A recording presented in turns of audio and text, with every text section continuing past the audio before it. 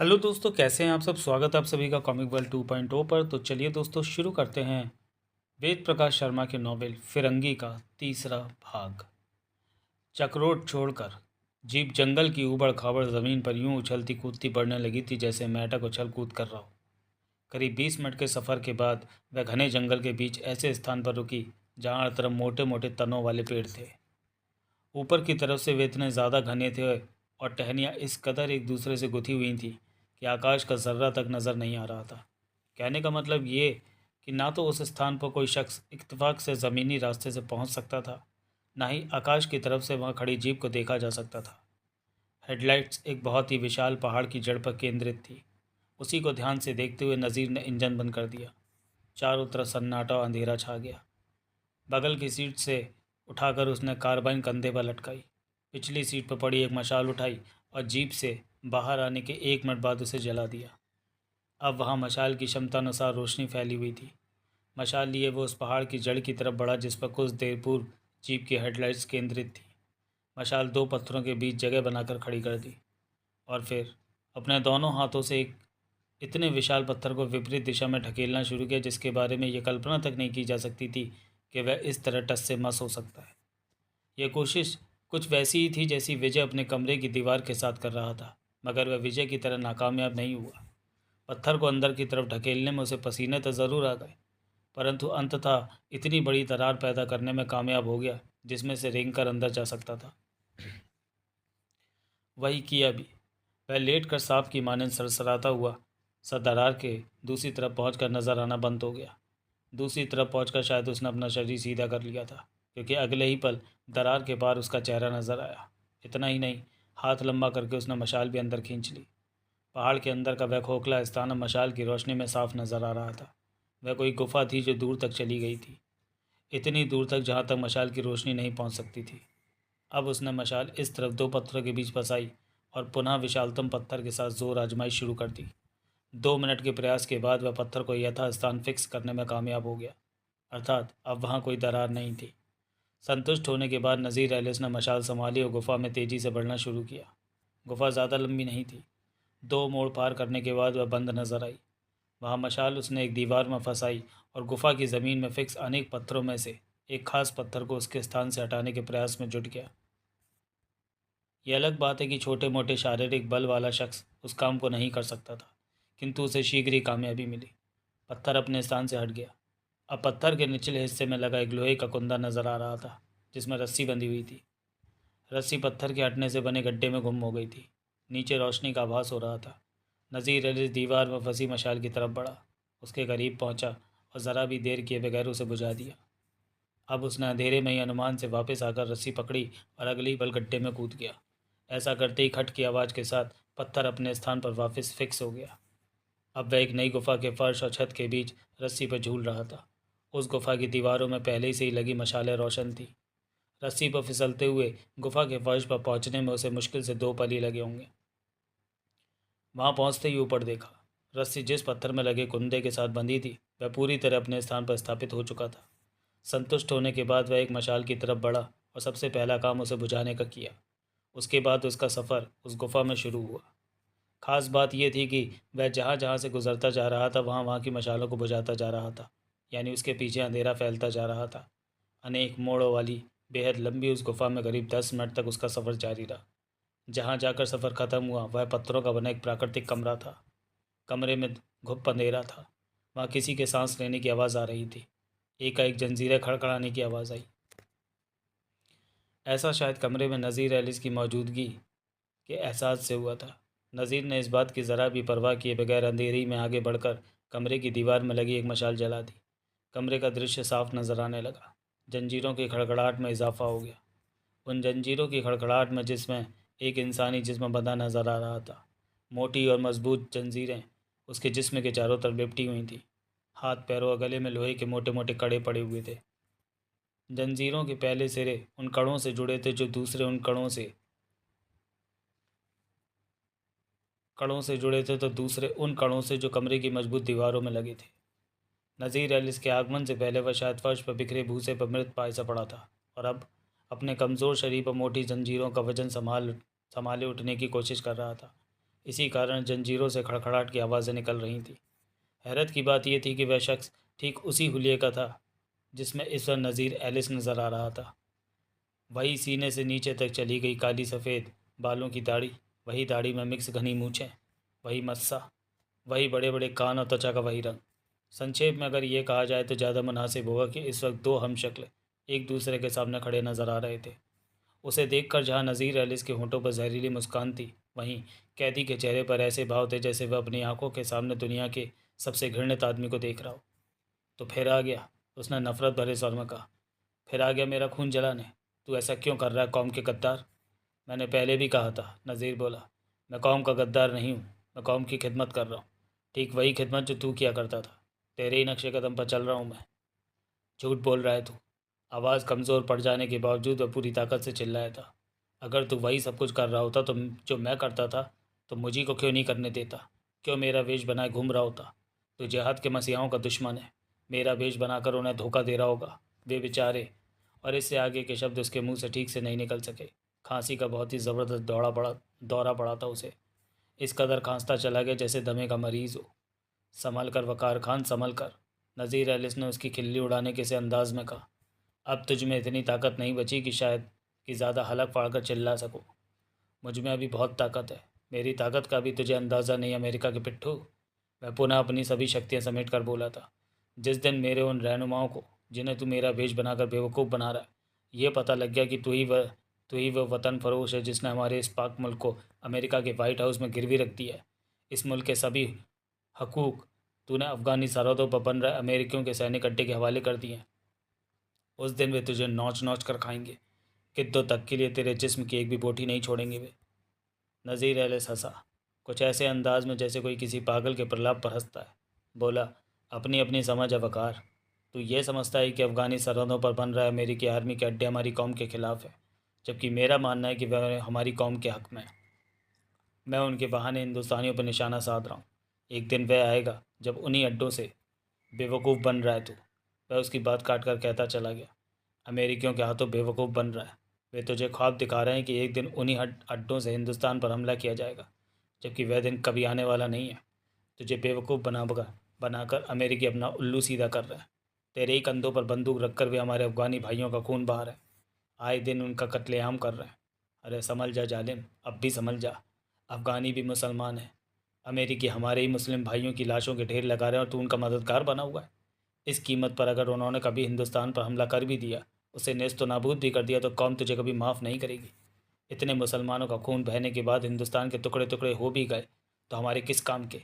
बंद कर दे ये खूनी खेल। अपनी लड़ाई हम खुद लड़ लेंगे। हमें किसी की ज़रूरत नहीं है। समझने की कोशिश कर। अमेरिकियों के पीछे अंग्रेज़ हैं, वही फिरंगी जिन्होंने हमें गुलाम बना कर रखा था, जो हम पर तरह तरह के जुल्म करते। जुल्म तो तुमने किए थे मुझ पर, मेरे बाप पर, मेरी माँ पर और मेरे नाना पर भी। अचानक ही उसे जाने क्या हुआ कि नज़ीर एलिस के अंदर का फिरंगी दांत भींच कर गुर्राता चला गया। तुम कमीने हो, हरामजादे हो, कुत्ते हो। आज तुम हिंदू मुसलमानों में बंटकर मुझे बेवकूफ़ बनाना चाहते हो। एक ही देश के दो नाम रखकर धोखा देना चाहते हो मुझे। मैं खूब जानता हूँ कि तुम एक ही हो। मेरी आंखों के सामने मेरी माँ की इज्जत लूटने की कोशिश करने वालों में अगर रोहित अवतार और हरविंदर सिंह थे, तो सिकंदर और अल्ताफ़ भी थे। उन्हीं पाँचों ने और उनके साथ मिलकर निखार नाम की एक बेहया लड़की ने मेरे बाप का खून किया था। मेरे नाना को फांसी पर लटका दिया था। मैं उस सबको नहीं भूल सकता। वह सब मेरी आंखों के सामने हुआ था। मेरे देखते ही देखते तुम कुत्तों ने मुझे मेरी रियासत छोड़कर भागने के लिए मजबूर कर दिया था। अचानक ही बदले नज़ीर एलिस के इस रुख ने वक़ार खान को बुरी तरह हैरान कर दिया। आंखों में संसार भर की हैरानियाँ लिए वह सामने खड़े शख्स को बस देखता रह गया। ज़ुबान को जैसे लकवा मार गया था। बस कुछ कहना चाहने के बावजूद बहुत कुछ कहना चाहने के बावजूद वह मुंह से एक लफ्ज़ भी नहीं निकाल पा रहा था। यूं देख रहा था वह उसकी तरफ जैसे अचानक उसके सिर पर सींग नजर आने लगे। और वह, जिसे वक़ार खान शहजाद पठान के नाम से जानता था, लेकिन असल में जो नज़ीर एलिस था, अपने लिए फिरंगी शब्द सुनकर जैसे पागल हो गया था। झपट कर उसने दोनों हाथों से वक़ार खान का गिरेबान पकड़ा और किसी जुनूनी दरिंदे की तरह दहाड़ता चला गया। मैं तुम सबको, जो आज खुद को हिंदू मुसलमान कहते हो, हिंदुस्तानी पाकिस्तानी कहते हो, अपने बाप नाना और माँ के हत्यारे समझता हूँ। ना मैंने उस दिन तुम में फ़र्क किया था, ना आज करता हूँ। कौन हो? वक़ार खान के मुंह से ये लफ्ज़ उसके चेहरे की तरफ ऐसे अंदाज में देखते हुए निकले थे जैसे अपनी आंखों के सामने समुंदर को ज्वालामुखी में चेंज होते देख रहा हो। कौन हो तुम? मुझे तो शहजाद पठान भी नहीं लग रहे। ठीक पहचाना कुत्ते, ठीक पहचाना तूने। भबकते चेहरे वाला जुनून में फंसा नज़ीर एलिस कहता चला गया, मैं शहजाद पठान भी नहीं हूँ, मैं एलिस हूँ, नज़ीर एलिस, वही जिसे अभी अभी तूने फिरंगी कहा। हरामजादो, शुरू से तुम मुझे यही कहते आए हो। मैंने तुम्हें खूब समझाने की कोशिश की कि मैं नाजुक का बेटा हूँ, तुम्हारी तरह एक मुसलमान हूँ, लेकिन तुम मुझे फिरंगी ही कहते रहे। यही कहते कहते तुमने मुझे अपनी रियासत से महरूम कर दिया। उसी दिन मैंने उसी दिन कसम खा ली थी कि अपनी रियासत के बदले एक दिन मुझे तुम्हारे मुकम्मल मुल्क पर हुकूमत करनी है, तुम्हारी नाकें अपने कदमों में रगड़वानी है। हिंदू मरे या मुसलमान, मुझे ज़मीन के इस टुकड़े पर अपना झंडा फहराता देखना है। ओह, अब समझा। वकार खान के दिमाग की मानो सभी गांठें खुलती चली गईं। तो तुम वो हो जिसके बारे में मैंने हिस्ट्री की किताबों में पढ़ा है, नाजुक और जेम्स एलिस के बेटे, सिवाया से भगाया गया वो नज़ीर एलिस जिसे सिकंदर का बेटा कहा जाता था। हाँ हरामजादे, हाँ, मैं वही हूँ। मगर तुम तो मर चुके थे। एक बार फिर बुरी तरह हैरान वकार खान कहता चला गया, शहजाद पठान कैसे बन गए तुम? कैसे हमारे मुल्क की आर्मी के जनरल बन बैठे? जनरल से राष्ट्रपति बनने के तुम्हारे सफ़र से तो खैर मैं वाकिफ़ हूँ, लेकिन मैं नहीं मर सकता। तुम सबकी नाक रगड़वाने से पहले मैं नहीं मर सकता। यही मेरा पहला और आखिरी मकसद है, जो कभी पूरा नहीं होगा। तू रोकेगा, तू रोकेगा मुझे मेरे मकसद में कामयाब होने से? जनता रोकेगी, आवाम रोकेगा, हिंदू मुसलमान रोकेंगे। उस दिन हिंदुस्तानी पाकिस्तानी मिलकर रोकेंगे जिस दिन उन्हें तुम्हारी हकीकत पता लगेगी, जिस दिन वे जानेंगे कि तुम एक फिरंगी हो। कौन बताएगा, कौन बताएगा उन्हें? मैं, वकार खान ने कहा, मैं अभी मरा नहीं हूँ। तो मरने में कितनी देर लगती है पागल कुत्ते, कितनी देर लगती है मरने में? कहने के साथ सुलगता हुआ सा वह वकार खान का गिरेबान छोड़कर 2 कदम पीछे हटा। क्या मतलब? वकार खान हकला गया था। मतलब यह कि आदमी को मरने में 1 सेकंड भी नहीं लगता वकार खान, ठीक से 1 सेकंड भी नहीं। कहने के साथ उसने बिजली की सी गति से अपने कंधे से कार्बाइन उतारी। वकार खान को उसके इरादे की भनक मिल गई थी। उसके चेहरे पर मौत का खौफ नजर आया। बोला, जंजीरों में जकड़े शख्स को इस तरह गोलियां मार देना बहादुरी नहीं, बुजदिली है। सबसे बड़े बुजदिल तो तुम हो, तुम हिंदुस्तानी कुत्ते। भूल गए, तुमने इसी तरह मुझे जंजीरों में जकड़ कर मेरी आंखों के सामने मेरे बाप को मारा था, मेरी माँ के साथ रेप करने की कोशिश की थी। कहने के साथ तुम्हारे नज़ीर ने कार्बाइन सीधी की। वकार खान इस बार मुंह से कोई लफ्ज़ नहीं निकाल सका। ठाए, एक गोली की आवाज़ से गुफा दहल उठी। वाकई वकार खान को मरने में 1 सेकंड भी नहीं लगा था। गोली उसके सीने के आर पार हो गई थी। जंजीरें जोर से खड़खड़ाई थी और उन्हीं में बंधा वह फूस पर जा गिरा था। गर्म और गाढ़ा खून फूस को रंगता चला गया। बहते हुए उस खून को देखकर, लाश में तब्दील हुए वकार खान के चेहरे को देखकर, नज़ीर एलिस का दहकता हुआ चेहरा उस हीटर के एलिमेंट की तरह शांत पड़ता चला गया जिसका प्लग बिजली के स्विच से निकाल लिया गया था। अगला दृश्य सिर्फ कोर्ट के बाहर ही नहीं, केवल राजनगर या भारत में ही नहीं, समूचे विश्व में यह खबर फैल चुकी थी कि पाकिस्तान के नुसरत तुगलक नामक जासूसों ने कोर्ट के अंदर वहाँ के न्यायाधीश विजय विकास ठाकुर, निर्भय सिंह और केशव पंडित को बंधक बना लिया है। भले ही इस खबर ने सारे संसार में हड़कंप मचा रखा हो, किंतु पाकिस्तान का राष्ट्रपति होने के नाते शहजाद पठान ने तुरंत इस बात का खंडन किया कि नुसरत तुगलक पाकिस्तान के जासूस हैं। अंदर ही अंदर वे भले ही खूब अच्छी तरह समझ रहा हो कि नुसरत तुगलक को वह विजय विकास और केशव पंडित को भारत में उलझा रखने का जो मिशन सौंप कराया था, उसे उन्होंने बहुत ही बेहतरीन तरीके से अंजाम दिया है। लेकिन प्रत्यक्ष में उनके अपने देश से किसी भी प्रकार के संबंध होने से इनकार ही नहीं किया था, बल्कि ये भी कहा था कि वह मुसीबत की इस घड़ी में हिंदुस्तान के साथ है और हिंदुस्तान जो भी मदद मांगेगा वह करने को तैयार है। इधर हिंदुस्तानी सरकार खुद पर आई मुसीबत से जूझ रही थी। सबसे पहले कोर्ट के अंदर से एक ऐसे टीवी की मांग की गई जो क्लोज सर्किट के जरिए बाहर 10 दिशाओं में लगे 10 कैमरों से जुड़ा हो। धमकी दी गई कि अगर तुरंत ऐसा नहीं किया गया तो वे एक एक करके बंदूकों को मारना शुरू कर देंगे। बातचीत के बाद ये तय पाया गया कि अगर ये मांग पूरी कर दी गई तो ज़्यादातर बंदकों को छोड़ दिया जाएगा। वही हुआ। उनकी ये मांग पूरी की गई और बदले में नुसरत तुगलक ने अपने खास शिकारों को छोड़कर बाकी सभी को बाहर निकाल दिया। उस वक्त कोर्ट का दरवाज़ा अंदर से बंद था। अब उसमें केवल विजय विकास, केशव पंडित, ठाकुर साहब, न्यायाधीश और नुसरत तुगलक थे।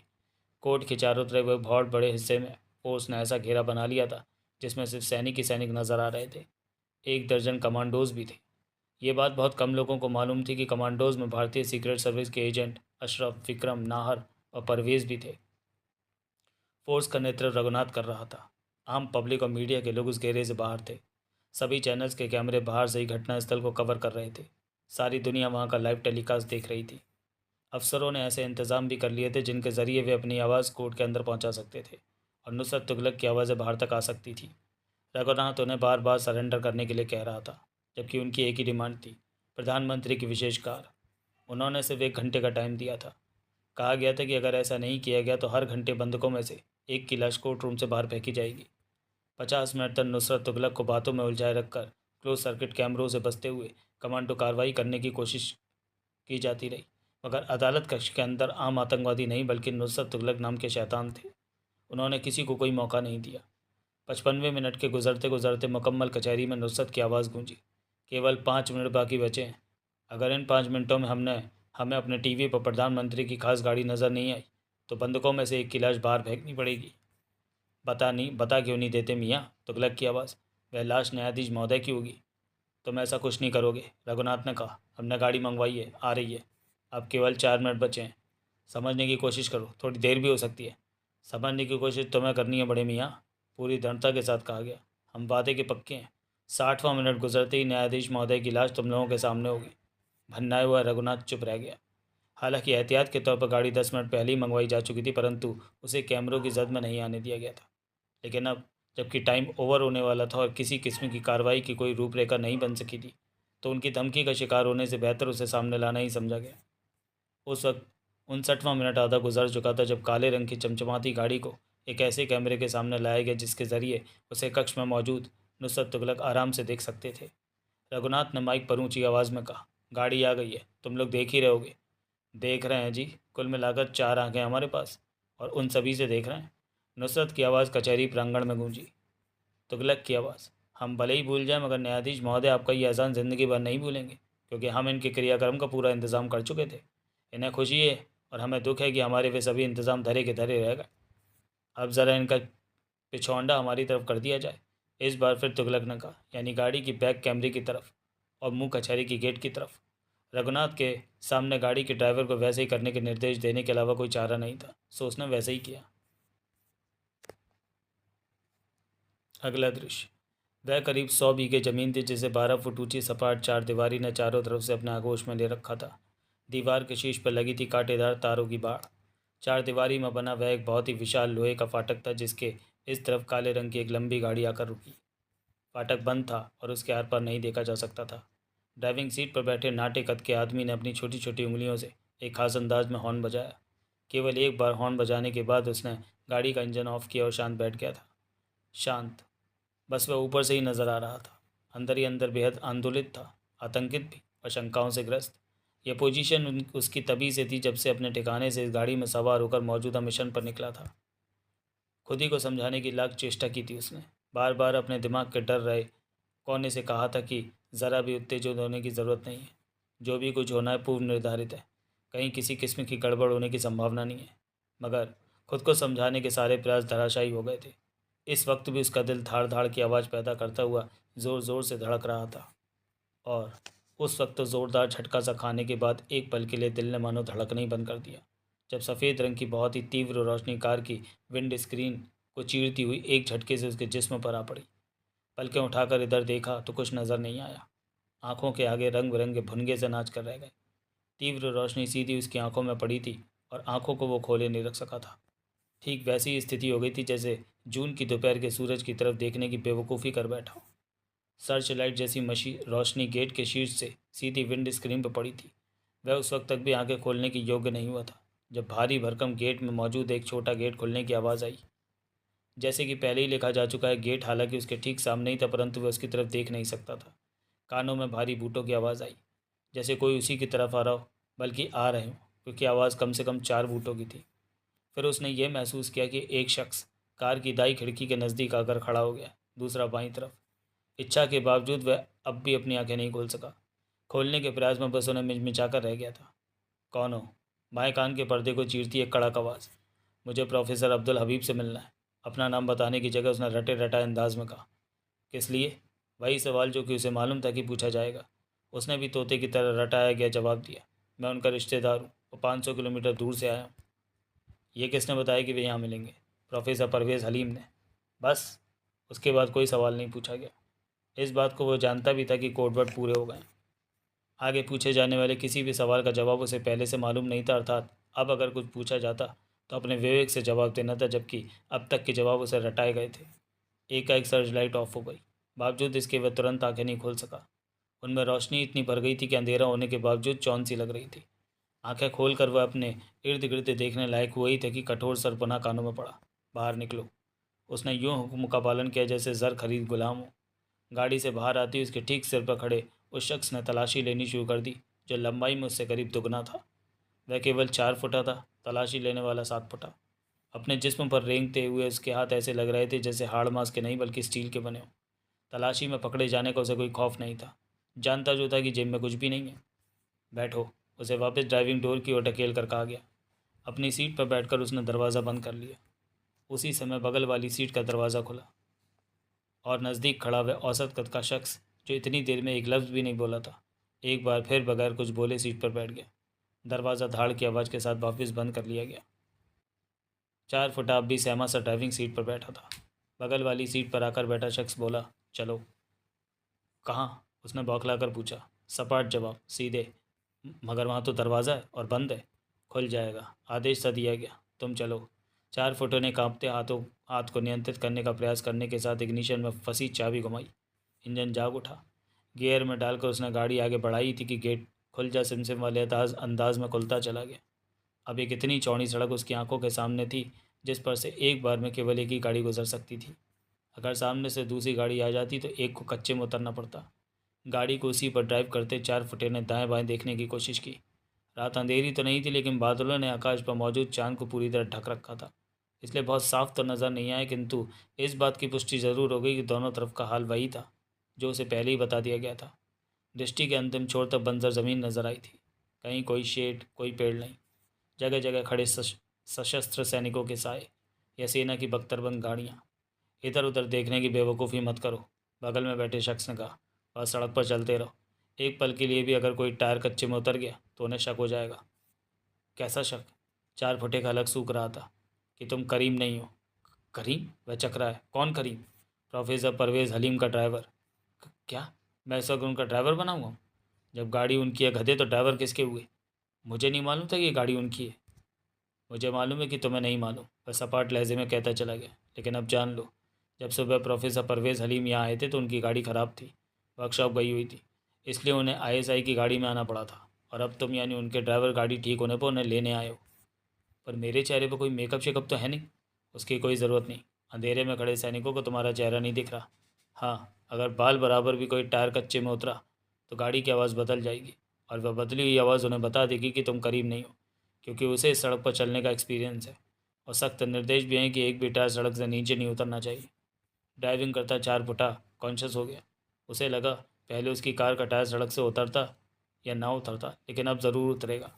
कुछ देर खामोशी छाई गई।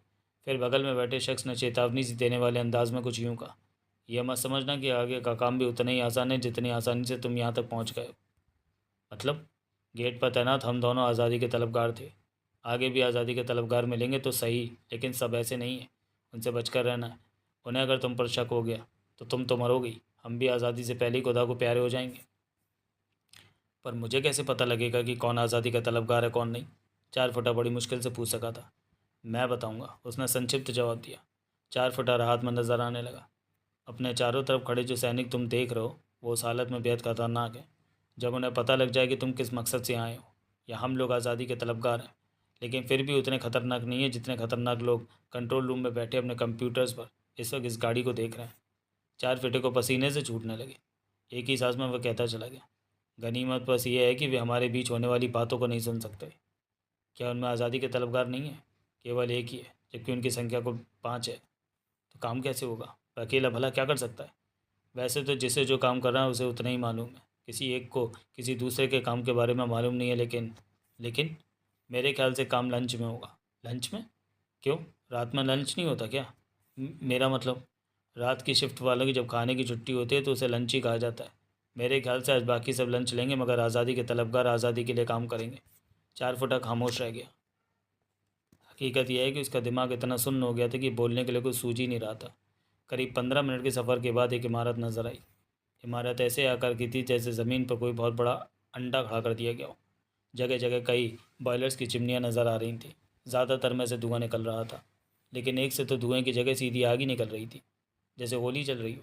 इमारत में जगह जगह बल्ब टिमटिमा रहे थे। वहाँ सड़क कमान की तरह घूमी हुई थी और उस घुमाव के बाद था ऐसा स्थान जो पोर्च सा नज़र आ रहा था। वहाँ तक पहुँचते पहुँचते 4 फुटे का पैर ब्रेक पैडल पर पहुँच गया। अभी भी अपना काम पूरा नहीं कर पाया था कि बगल में बैठा शख्स जल्दी से बोला, नहीं नहीं, कार यहाँ मत रोकना। तो हड़बड़ाकर उसने पैर पैडल से हटा लिया। गाड़ी पोर्च को पार करती चली गई। गनीमत रही, उसने ऐसे अंदाज में सांस लेकर कहा जैसे उसे बहुत देर से रोके हुआ था। तुम तो मरवा देते। वो कैसे? परवेज साहब की गाड़ी को सब पहचानते हैं। इसे यहाँ रुकती देखते ही उन्हें शक हो जाता है कि इसे करीब नहीं चला रहा। पर तुम्हें मुझे पहले बताना चाहिए था कि गाड़ी यहाँ नहीं रोकनी। मैंने तो गेट और पोस्ट देखकर रोकने की कोशिश की थी। तुमने मुझे बातों में लगा रखा था। मतलब गलती मेरी थी। यकीनन 4 फुटे को उससे बहस करना ठीक नहीं लगा। वह बिल्डिंग का मेन गेट था। एक बार फिर बगल में बैठे शख्स ने कहना शुरू किया, परवेज साहब इस गेट से ना अंदर आ जाते हैं ना बाहर निकलते हैं। उनके लिए गेट नंबर 3 है। इस बार पहले ही बता देना कि वह कहाँ है। अभी गेट नंबर 2 आएगा, उसके बाद जो आएगा वो गेट नंबर 3 होगा। वहाँ भी ठीक वैसे ही पोर्च है, गाड़ी वहीं रोकनी है। 4 फुटे ने वैसे ही किया। गेट नंबर 3 के पोर्च के नीचे गाड़ी रोकते हुए उसने पूछा, अब क्या?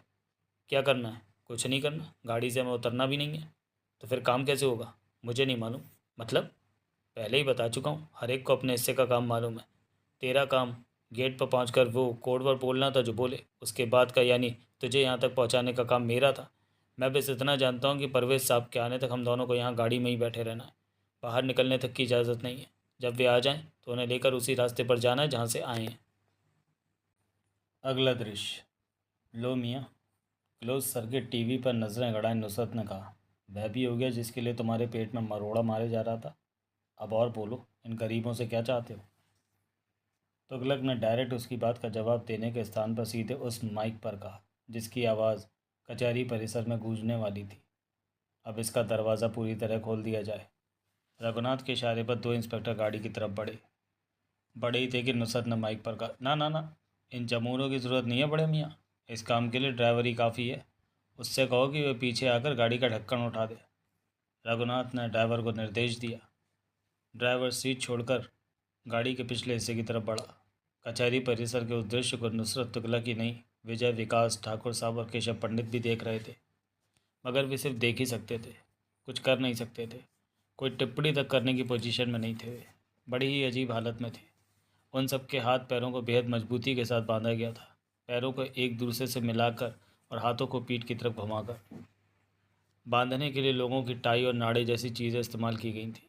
चारों के मुंह में रुमाल ठुसे हुए थे और होठों को कसकर बांधने के लिए कपड़ों को फाड़कर इस्तेमाल किया गया था। ये सारा काम उन्होंने भीड़ को बाहर भेजने से पहले ही उनमें से 4-5 युवकों को पकड़कर उनसे करा लिया था। बंधनों की सख्ती बाकायदा नुसरत तुगलक ने चेक की थी। गठरी बने हुए पांचों फर्श पर पड़े थे। एहतियात के तौर पर उन्हें एक दूसरे से काफ़ी दूर रखा गया था। टीवी पर गाड़ी का पिछला दरवाज़ा खोलते ड्राइवर को उन्होंने भी देखा, जबकि दरवाजे के उठते ही नुसरत तुगलक की पैनी नज़रें गाड़ी के अंदर का जायज़ा लेने लगी। निरीक्षण करने के बाद दोनों की नज़रें मिलीं और फिर नुसरत ने माइक पर कहा, बड़े मियाँ, अब ज़रा उस कैमरे को ड्राइवर साहब के हाथ में पकड़ाने का कष्ट करें, जिससे रिले होने वाली तस्वीरों को हम इस वक्त अपने टेलीविज़न पर देख रहे हैं। उससे क्या होगा? रघुनाथ ने पूछा। जो होगा देख लेना प्यारे, जो कहा उसे करो तो सही। रघुनाथ की स्थिति मरता क्या ना करता वाली थी, सो उनके इस आदेश का भी पालन करना पड़ा। कैमरा ड्राइवर के हाथ में आते ही तुगलक ने कहा, अब ज़रा कैमरे की आँख गाड़ी के नीचे की तरफ करो ड्राइवर भैया। हम देखना चाहते हैं कि वहाँ कोई छिपकली तो नहीं चिपकी हुई है, क्योंकि मुझे अपनी ज़िंदगी में सबसे ज़्यादा डर छिपकली से ही लगता है। उसके ऐसा कहते ही रघुनाथ के होश उड़ गए। हकबकाई अवस्था में अभी कुछ कह भी नहीं पाया था कि ड्राइवर ने तुगलक के आदेश का पालन किया। कैमरे ने गाड़ी के नीचे का दृश्य टीवी तक पहुंचाया और यही क्षण था जब 2 कमांडो ज़बरदस्त फुर्ती के साथ गाड़ी के नीचे से निकलकर टीवी स्क्रीन से गायब हो गए। कैमरे की जद में आने से पहले वे साइलेंसर की रॉड पर चिपके हुए थे। अशरफ और नाहर थे वे, जो खुद को कैमरे के सामने पाते ही बुरी तरह बौखला गए और गाड़ी के नीचे से लुढ़कते चले गए। नुसरत तुगलक उस दृश्य को देख चुके थे। पलक झपकते ही रघुनाथ के हकबकाने का कारण समझ गए। ये लोग तो बड़े चालू हैं नुसरत बहन। मेरा अंदाज़ा ठीक ही निकला तुगलक भैया। वे गाड़ी के नीचे छिपकली बनकर हम तो पहुंचना चाहते थे और ड्राइवर तक को इस बात की भनक नहीं थी। होती तो वे इतनी जल्दी हमारे आदेश का पालन करने वाला नहीं था। अगर वे यहाँ पहुँच जाते तो हमारा कचूमर बना देते। अजी कैसे बना देते, बल्कि पहुँच ही कैसे जाते। हमने भी कच्ची गोलियाँ नहीं खेली हैं, घुमवा ही दिया ना वहाँ कैमरा। वाकई मियाँ तुम भी पहुँची हुई वस्तु हो, तुगलक ने माइक पर ज़ोर से कहा। यह बात कुछ जमी नहीं बड़े मियाँ। तुम गाड़ी के नीचे 2 कमांडो को छुपाकर हमारा मलूदा बनाने के लिए यहाँ भेज रहे थे। इसके जवाब में हमारा जी चाह रहा है कि जज साहब का हलवा बनाकर तुम्हारी खिदमत में पेश कर दिया जाए। नहीं तुगलक, घबराए हुए रघुनाथ ने तुरंत कहा, तुम ऐसा कुछ नहीं करोगे। क्यों नहीं करेंगे बड़े मियाँ? तुम जो हमारा बंटाधार करने वाले थे। नुसरत बोला, इसके जवाब में हमें कुछ तो करना ही पड़ेगा। माफ़ी चाहते हैं नुसरत, आगे ऐसा कुछ नहीं होगा। क्या गारंटी है? मैं ज़ुबान दे रहा हूँ। क्या कहते हो तुगलक बहन? बड़ा आदमी है यार, राजनगर का सुपरिटेंडेंट ऑफ पुलिस है, बाप है छटंकी का, जात से ठाकुर है। इंडियन ठाकुरों के बारे में सुना है कि इनकी जान जा सकती है लेकिन जुबान नहीं जा सकती। बात को बात को सुरसा की पूछ मत बना, निचोड़ बता। निचोड़ ये है कि एक बार माफ़ी दी जा सकती है। सुन लिया बड़े मियाँ? नुसरत ने माइक पर ऊंची आवाज़ में कहा, ये तो जामुन की गुठली है। ये जो जामुन की गुठली है, इसके छोटे से सीने में बड़ा सा दिल धड़क रहा है, इसलिए तुम्हें माफ़ कर दिया। बात मुझ तक सीमित होती तो ऐसा कभी नहीं होता। होता सिर्फ ये कि मैं जज साहब की लाश तुम्हारी नज़र कर देता, मगर इसकी बात मैं टालता नहीं हूँ, इसलिए माफ़ किया। मगर याद रखना, अगर इस तरह की कोई दूसरी या तीसरी चालाकी करने की कोशिश की गई तो 5 में से एक साथ 2 की राम नाम सत्य कर दूंगा। एक की इस गलती के लिए और दूसरे की दूसरी गलती के लिए। ऐसा कुछ नहीं होगा नुसरत, ऐसा कुछ नहीं होगा। तो अब गाड़ी को इसी पोजीशन में बैक करके उस कक्ष के दरवाजे से सटाने की अनुकंपा की जाए जिसमें हम हैं। रघुनाथ के इशारे पर ड्राइवर ने तुरंत वैसा कर दिया। तुगलक बड़बड़ाया, कितने शरीफ हैं बेचारे।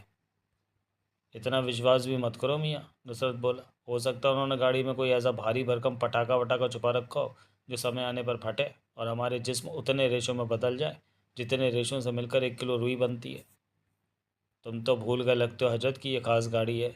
बम बम की बात ही दूर, मिसाइल तक को धता बता देती है। तुम्हारा दिमाग घासलेट पीने चला गया लगता है बहन। ये नतीजा क्यों निकाला तुमने? मिसाइल विसाइलों के हमले से गाड़ी तो सुरक्षित रहती है, उसके अंदर बैठे शख्स तभी तक तो सुरक्षित रह सकते हैं जब उस पर बाहर से हमला किया जाए। अगर बम अंदर ही हुआ और वह फट गया तो गाड़ी भले ही ज्यों की त्यों रहे, मगर हमारी कंचन कायाओं का सत्यानाश हो जाएगा। ये बम या मिसाइलें प्रूफ थोड़ी ना है। बात तो यार तुमने कई लाख रुपए की कही, इसलिए बाहर वालों को ये बताना ज़रूरी है। कहने के बाद उसने एक बार फिर माइक पर ज़ोर से कहा, अगर गाड़ी में कोई पटाखा वगैरह रखा हो तो उसे निकाल लेना बड़े मियाँ, क्योंकि हमारे साथ साथ इसमें 5 बंधक भी सफ़र करने वाले हैं। इन बेचारों का मुफ्त में बढ़ता बन जाएगा, तुगलक ने कहा। टीवी पर रघुनाथ कहता नजर आया, गाड़ी में वैसा कुछ भी नहीं है, लेकिन ये वादा खिलाफ़ी है। तुमने अपने निकलने के लिए गाड़ी मांगी थी, ये नहीं कहा था कि इसमें बंधकों को भी ले जाओगे। यही कब कहा था कि नहीं ले जाएंगे, तुगलक बोला। तुम्हें निकलना है निकल जाओ, रघुनाथ ने थोड़ी सख्ती के साथ कहा, लेकिन बंधकों को नहीं ले जाओगे। अगर ले ही जाएंगे तो तुम क्या कर लोगे बड़े मियाँ? सकपकाता रघुनाथ टीवी पर साफ नजर आया। अगर तुमने अपने कमांडोज को छिपकली बनाकर गाड़ी के नीचे चिपकाने की गलती ना की होती तो एक बार को इस दरख्वास्त पर विचार किया जा सकता था, मगर वह गलती करने के बाद तुम अपनी ऐसी कोई भी मांग मनवाने का हक खो चुके हो। रघुनाथ पर कुछ कहते ना बन पड़ा। और एडवांस में सुन लो, नुसरत ने कहा, इन लोगों को हम तभी छोड़ेंगे जब तुम हमारा पीछा छोड़ दोगे। तुगलक ने बात स्पष्ट की, यानी जब हमें यकीन हो जाएगा कि हम तुम्हारी पकड़ से बाहर हैं और किसी भी माध्यम से हम पर नज़र नहीं रखी जा रही है। समझने की कोशिश करो, रघुनाथ ने कहा। जज साहब की पत्नी इस सदमे को बर्दाश्त नहीं कर सकी है, उसे हार्ट अटैक पड़ा है और वह इस आईसीयू में। डॉक्टरों का कहना है कि होश में आने पर अगर उसे खुशखबरी नहीं मिली तो। देखो बड़े मियाँ, तुगलक ने उसकी बात पूरी होने से पहले ही कहा, हमने किसी के बीवी बच्चों का ठेका नहीं उठाया और तुम्हारा काम बाकी 4 बंदूकों से भी चल सकता है। रघुनाथ उन्हें कन्विंस करने के लिए जाने क्या क्या कहता चला गया। हकीकत यह है कि वे उसकी बात ध्यानपूर्वक सुन तक नहीं रहे थे। नुसरत ने ज़रूर तुगलक से कहा, क्यों ना बड़े मियाँ की इस बात को मान ही लिया जाए तुगलक बहन। वैसे भी मैं सोच रहा था कि गाड़ी में कुछ ज़्यादा ही भीड़ हो जाएगी। क्रीम तो हमारे पास रहेगी। जब तक ठाकुर छटंकी खलीफा और कानून का पुत्र कब्जे में है तब तक हमसे उलझने के बारे में वो सोच तक नहीं सकते। ये बात तो इसी से जाहिर है कि उन्होंने 2 कमांडो गाड़ी के नीचे चिपका रखे थे कि वे किसी भी हालत में कुछ भी सोच ही नहीं सकते, बल्कि कर भी सकते हैं। लेकिन क्योंकि मैंने आज तक तुम्हारी बात नहीं टाली इसलिए इसे भी नहीं टाल सकता। ख़ास तौर पर इतनी छोटी सी बात के लिए मैं अपनी दोस्ती में दरार नहीं डाल सकता। इस तरह उन्होंने रघुनाथ को बताया कि उसकी ये मांग मान ली गई है। जज को वे कक्ष में ही छोड़ जाएंगे। साथ ही कहा, गाड़ी वे खुद ही ड्राइव करेंगे, अर्थात ड्राइवर नहीं चाहिए। अंततः तुगलक ने अपना रिवॉल्वर संभाल कर बंद दरवाजे के नज़दीक मोर्चा संभाल लिया। वह किसी भी खतरे से निपटने के लिए तैयार था। नुसरत भी दरवाजे के नज़दीक पहुंचा। एक बार पलटकर उसने तुगलक की तरफ देखा और फिर पूछा, खोल दूँ बहन, तुम तैयार हो? मैं हमेशा तैयार ही रहता हूँ। नुसरत ने आहिस्ता से दरवाज़ा खोल दिया। उस वक्त तुगलक की सतर्कता देखने लायक थी। आंखों ने एक ही पल में गाड़ी के जर्रे जर्रे का जायज़ा ले डाला। सीट आदि के आड़ में कोई नहीं था। होता तो यकीनन वह चाहे जो होता, तुगलक से ज़्यादा फुर्ती नहीं दिखा सकता था। उसी तरफ तना उसका रिवॉल्वर किसी भी पल आग उगलने के लिए तैयार था, मगर वैसी ज़रूरत नहीं पड़ी। तुगलक ने जब वैसा कुछ नहीं किया तो नुसरत भी समझ गया कि गाड़ी के अंदर किसी के होने की आशंका निर्मूल निकली है। गाड़ी ऐसी पोजीशन में खड़ी थी कि दरवाज़ा पार करके वे सीधे उसके अंदर घुस सकते थे, मगर जल्दबाजी में वैसा कुछ नहीं किया। हाथ में रिवॉल्वर लिए तुगलक ज्यों का त्यों किसी भी खतरे का मुकाबला करने के लिए चौकस खड़ा रहा, जबकि नुसरत ने गाड़ी के अंदर दाखिल होकर बहुत बारीकी से एक एक चीज़ चेक की। पेट्रोल तक उसके निर्देशानुसार टंकी फुल थी। ऐसा भी कोई इंस्ट्रूमेंट नुसरत को नज़र नहीं आया जिसके माध्यम से गाड़ी के अंदर का दृश्य कहीं देखा जा सकता अथवा वहाँ होने वाली बातों को कहीं सुना जा सकता। संतुष्ट होने के बाद वह गाड़ी से कूदकर वापस कक्ष में आया और फिर बगैर कुछ कहे विजय के करीब पहुंचा। उसे बंधी हुई अवस्था में ही उठाकर कंधे पर लादा और तेजी के साथ गाड़ी की तरफ लपका। वैसे ही केशव, विकास और ठाकुर साहब के साथ किया। उन सबको उसने पिछली सीट पर एक दूसरे से सटाकर बैठा दिया था। इस बीच नुसरत ने रिवॉल्वर लिए चौकस खड़ा रहा था। उसकी नज़र गाड़ी के आसपास भी थी और टीवी स्क्रीन पर भी। इस काम में उन्हें मुश्किल से 2 मिनट लगे थे। 2 मिनट बाद तुगलक गाड़ी के दरवाजे को वापस गिरा चुका था। उसके ऐसा करते ही नुसरत ने गाड़ी आगे बढ़ा दी। काले कलर के सभी कांच चढ़े हुए थे। वे दोनों बाहर देख सकते थे, किंतु बाहर से अंदर का कुछ भी नज़र नहीं आ सकता था। चारों तरफ मौजूद फोर्स उन्हें रास्ता देती चली गई। फोर्स का घेरा क्रॉस करते ही गाड़ी मीडिया की जद में आ गई थी। फ्लैश लाइटें चमकने लगी। विभिन्न अखबारों के फोटोग्राफर उसके फ़ोटो लेने लगे। चैनल्स के कैमरामैनों में अपने अपने चैनल्स पर गाड़ी को दिखाने की होड़ सी मच गई। वे एक दूसरे के ऊपर गिर रहे थे। संवाददाता चीख चीख कर अपने माइक के जरिए दर्शकों को बता रहे थे कि इस वक्त वे क्या देख रहे हैं।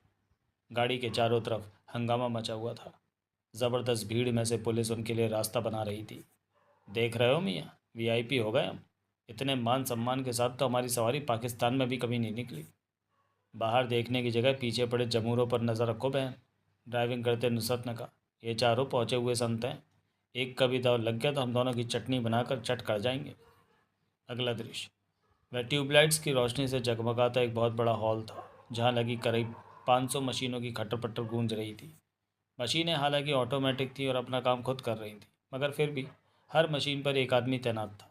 उनका काम बारीकी से बस ये देखते रहना था कि मशीन में कोई मैकेनिकल फॉल्ट तो नहीं आ गया। थोड़े थोड़े गैप पर गार्ड खड़े थे। सभी के जिस्मों पर एक जैसी चुस्त काली वर्दी, हाथों में कने और सिरों पर बंधे काले फटके। वे सभी कठोर चेहरे वाले थे और इस तरह होंठ भींचे खड़े थे जैसे बचपन ही से हंसना मुस्कुराना ना सिखाया गया। उनका काम मशीनों पर काम करने वालों पर नज़र रखना था। कमाल की बात यह थी कि उस हॉल में मौजूद कोई भी शख्स, वह चाहे मशीन पर काम करने वाला हो या वर्दीधारी, ये नहीं जानता था कि वह मशीनें कर क्या रही हैं। बस इतना नज़र आता था उन्हें कि मशीनों के चौड़े से मुंह में अजीब से नज़र आने वाले चमकीली धातु के टुकड़े डाले जाते थे। पत्थर से नज़र आने वाले धातु के टुकड़े। वे पत्थर उन्होंने यहाँ और बस यहीं देखे थे। अन्य कहीं किसी ने वैसे पत्थर कभी नहीं देखे थे। पत्थर बेहद चिकने, चमकदार, मगर ऊबड़ खाबड़ होते थे। कुछ तो ऐसे होते थे कि उनके आर पार भी देखा जा सकता था। वे पत्थर मशीन के अंदरूनी पुर्जों के बीच घूमते रहते थे। हर पत्थर को कई कई महीने यूं ही घुमाया जाता रहता था। मशीन में वह टूटता तक नहीं था। महीनों घुमाने के बाद मशीन स्वतः ही उसे दूसरे रास्ते से बाहर निकाल देती थी। जब मशीन ऐसा कर दे तो उन पर काम करने वालों का काम था वैसा ही एक दूसरा पत्थर उसके अंदर डाल देना। पुनः वही प्रक्रिया शुरू हो जाती। मशीन में महीनों घूमने के बाद निकले पत्थरों को उनमें से कई लोगों ने अनेक बार बहुत गौर से देखा था और जानने की कोशिश की थी कि उनमें क्या परिवर्तन आया, मगर कभी किसी की समझ में कुछ नहीं आया। ये तो वे मान नहीं सकते थे कि पत्थर को बस यूं ही बेवजह ही महीनों महीनों मशीन में घुमाया जा रहा है। कुछ तो ज़रूर हो रहा होगा, मगर क्या हो रहा है वे कभी जान नहीं सके। ये सारा काम 5 प्रोफेसर की देखरेख में होता था। Professor Abdul Habib, professor Inzamam, professor Irfan, professor Ikramuddin और प्रोफेसर परवेज़ हलीम। उनमें से 3 इस वक्त इसी हॉल में सटी एक लेबोरेटरी में मौजूद थे। इंजमाम, इरफान और परवेज़ हलीम। तीनों के जिस्म पर एक जैसा लिबास था, काले जूते, काली पतलून और सफ़ेद रंग के लंबे कोट। तीनों ही 50-55 के बीच की आयु के थे। तीनों की आंखों पर नज़र के मोटे मोटे चश्मे चढ़े हुए थे। चढ़ते भी क्यों नहीं, वे काम ही इतना बारीक करते थे। इस वक्त भी उसी काम को कर रहे थे। वे अगल बगल वाली डेस्कों पर झुके हुए उन बीकर्स को देख रहे थे जिनमें वही पत्थर पड़े थे जिन्हें मशीनों में महीनों घुमाने के बाद निकाला गया था। तीनों के सामने रखे बीकर्स में अलग अलग रंग के द्रव्य भरे हुए थे और बीकर्स के नीचे जल रहे थे गैस बर्नर्स। परवेज़ अपने बीकर में मौजूद पत्थर को इतने गौर से देख रहा था जैसे जौहरी हीरे को परखने की कोशिश कर रहा हो। एकाएक उसने जेब से एक केमिकल की छोटी सी शीशी निकाली और उसमें से 2 बूंद केमिकल बीकर में डाल दिया। हल्के नीले रंग का द्रव उबलने लगा। कुछ देर वह उसके उबलने के अंदाज को देखता रहा। फिर जेब से स्वेटर बुनने वाली एक सलाई निकाली। वह कुछ अजीब ही धातु की बनी सलाई थी। सलाई को उसने बीकर में डाला और उबलते द्रव्य के बीच पड़े पत्थर को इस तरह छेड़ने लगा जैसे बरसात के दिनों में शरारती बच्चे सीख से केंचुओं को छेड़ते हैं। बहुत ध्यान से वह अपनी हरकत के रिजल्ट को देख रहा था। पत्थर पर छोटे छोटे बुलबुले से बनने लगे। परवेज़ की आंखें 1000 वाट के बल्बों की मानिंद चमकने लगी और फिर बीकर से गाढ़ा गाढ़ा सफ़ेद धुआं निकलने लगा। मिल गया, मिल गया। उस धुएं को देखते ही वह मारे खुशी के इस तरह चीखने लगा था जैसे कारून का खजाना मिल गया। इंजमाम और इरफान ने चौंक कर उसकी तरफ देखा। मिल गया इंजमाम, इरफान देखो मुझे मिल गया। खुशी की ज़्यादती के कारण वह पागल सा हुआ जा रहा था। ये मुझे 6 महीने बाद मिला है, लेकिन मिल गया। वाकई। गाढ़े सफ़ेद धुएं को देखकर इंजमाम भी मारे खुशी के उछल पड़ा। उसकी आंखें भी जुगनों की मानें चमकने लगी थीं। इरफान की हालत भी उन दोनों से जुदा नहीं थी। मुबारक हो परवेज़, मुबारक हो।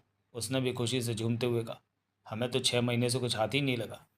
एक ही बात है दोस्त, एक ही बात है, परवेज़ बोला। हम लोग अलग थोड़े हैं, एक ही चीज़ पर काम कर रहे हैं, अपने मुल्क के लिए काम कर रहे हैं। हम में से किसी की भी कामयाबी तीनों की बल्कि पांचों की कामयाबी है।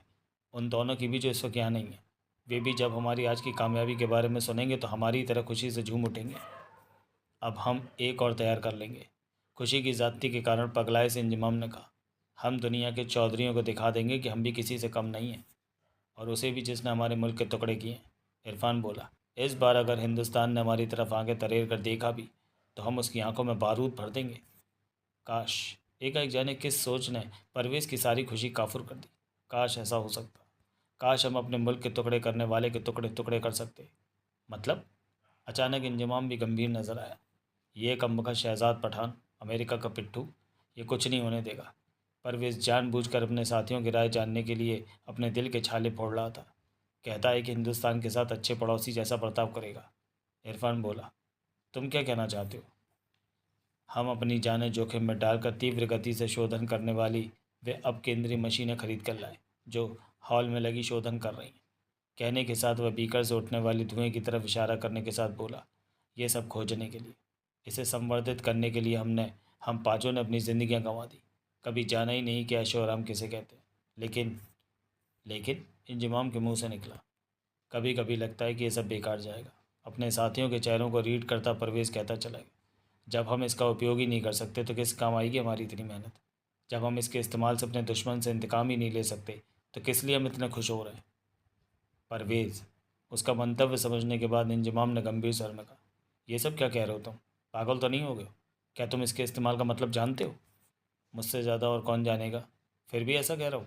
क्यों ना कहूँ, वह बड़ा कुटा। उन्होंने हमारे मुल्क के 2 टुकड़े कर दिए, क्या उनके 1000 टुकड़े नहीं होने चाहिए? उसके जवाब में तुरंत न इंजमाम ने कुछ कहा न ही इरफान ने। इसलिए कुछ देर के लिए लेबोरेटरी में सन्नाटा छा गया।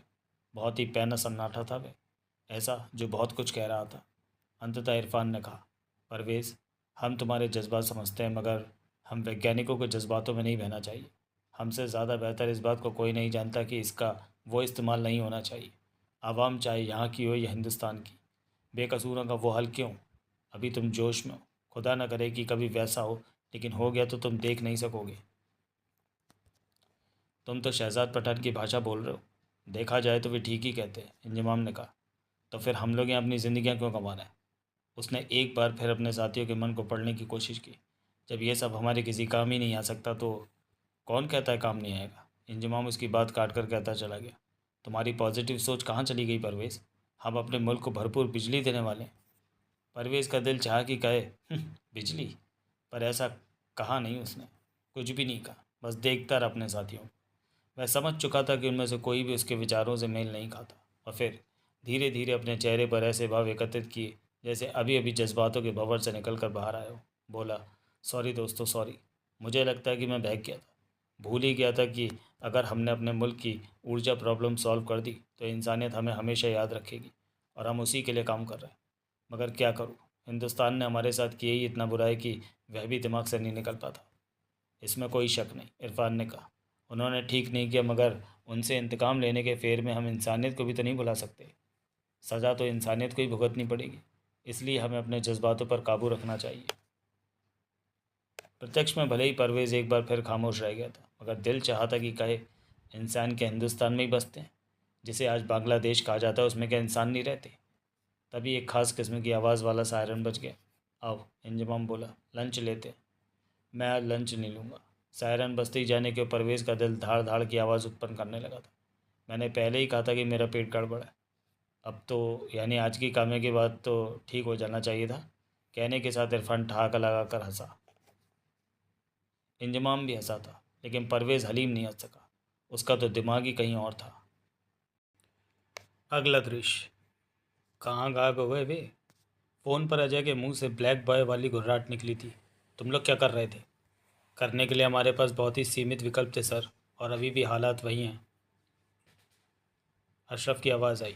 अगर वे पुनः ट्रेस हो भी जाए तो हम कोई खास एक्शन नहीं कर सकते। नुसरत तुगलक की एक ही धमकी ने सबको हिला रखा है, ये कि अगर उन पर नज़र रखने की कोशिश की गई तो वे बंधकों में से किसी एक को मार डालेंगे। आप जानते हैं सर, इस बात को कोई भी अफोर्ड नहीं कर सकता। और आप ये भी जानते हैं कि जो वे कह रहे हैं उसे करने में उन्हें एक सेकंड भी नहीं लगेगा। वो सब तो ठीक है, अजय ने हालात को ठीक से समझते हुए पूछा, लेकिन गायब होने से तुम्हारा क्या मतलब है? आप जानते ही हैं, हमने प्रधानमंत्री की गाड़ी के नीचे छुपकर उन तक पहुंचने की कोशिश की थी, जिसे उन्होंने नाकाम कर दिया।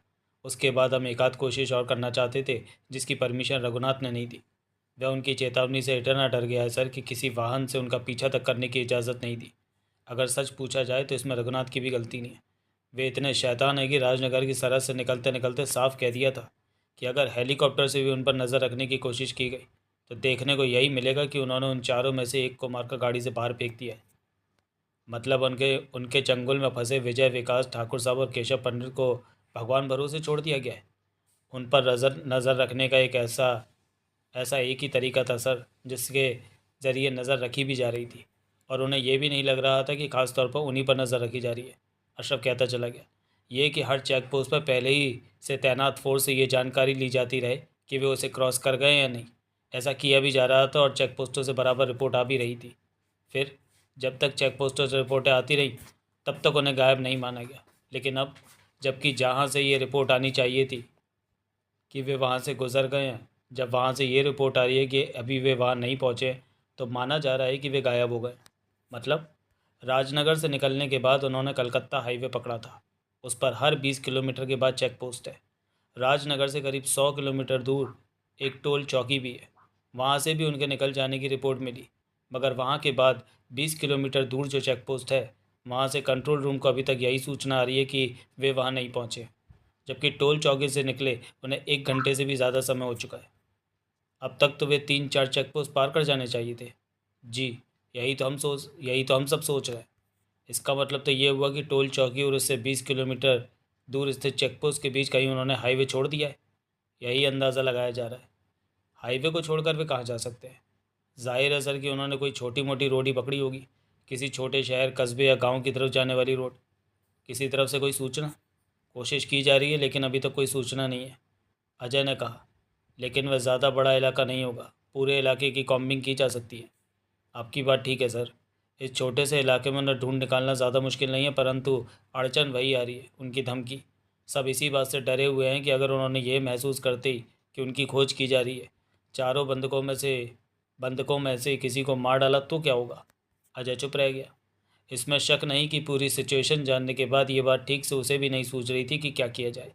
थोड़ी देर की खामोशी के बाद वह बोला, लेकिन ये स्थिति तो बहुत ही विकट है अशरफ, कि वे हमारे 4 इतने इम्पोर्टेंट आदमियों को लेकर निकल गए हैं और हमें लोकेशन तक नहीं मालूम। मैं एक बात चाहती हूँ सर कहना चाहता हूँ सर। कहो।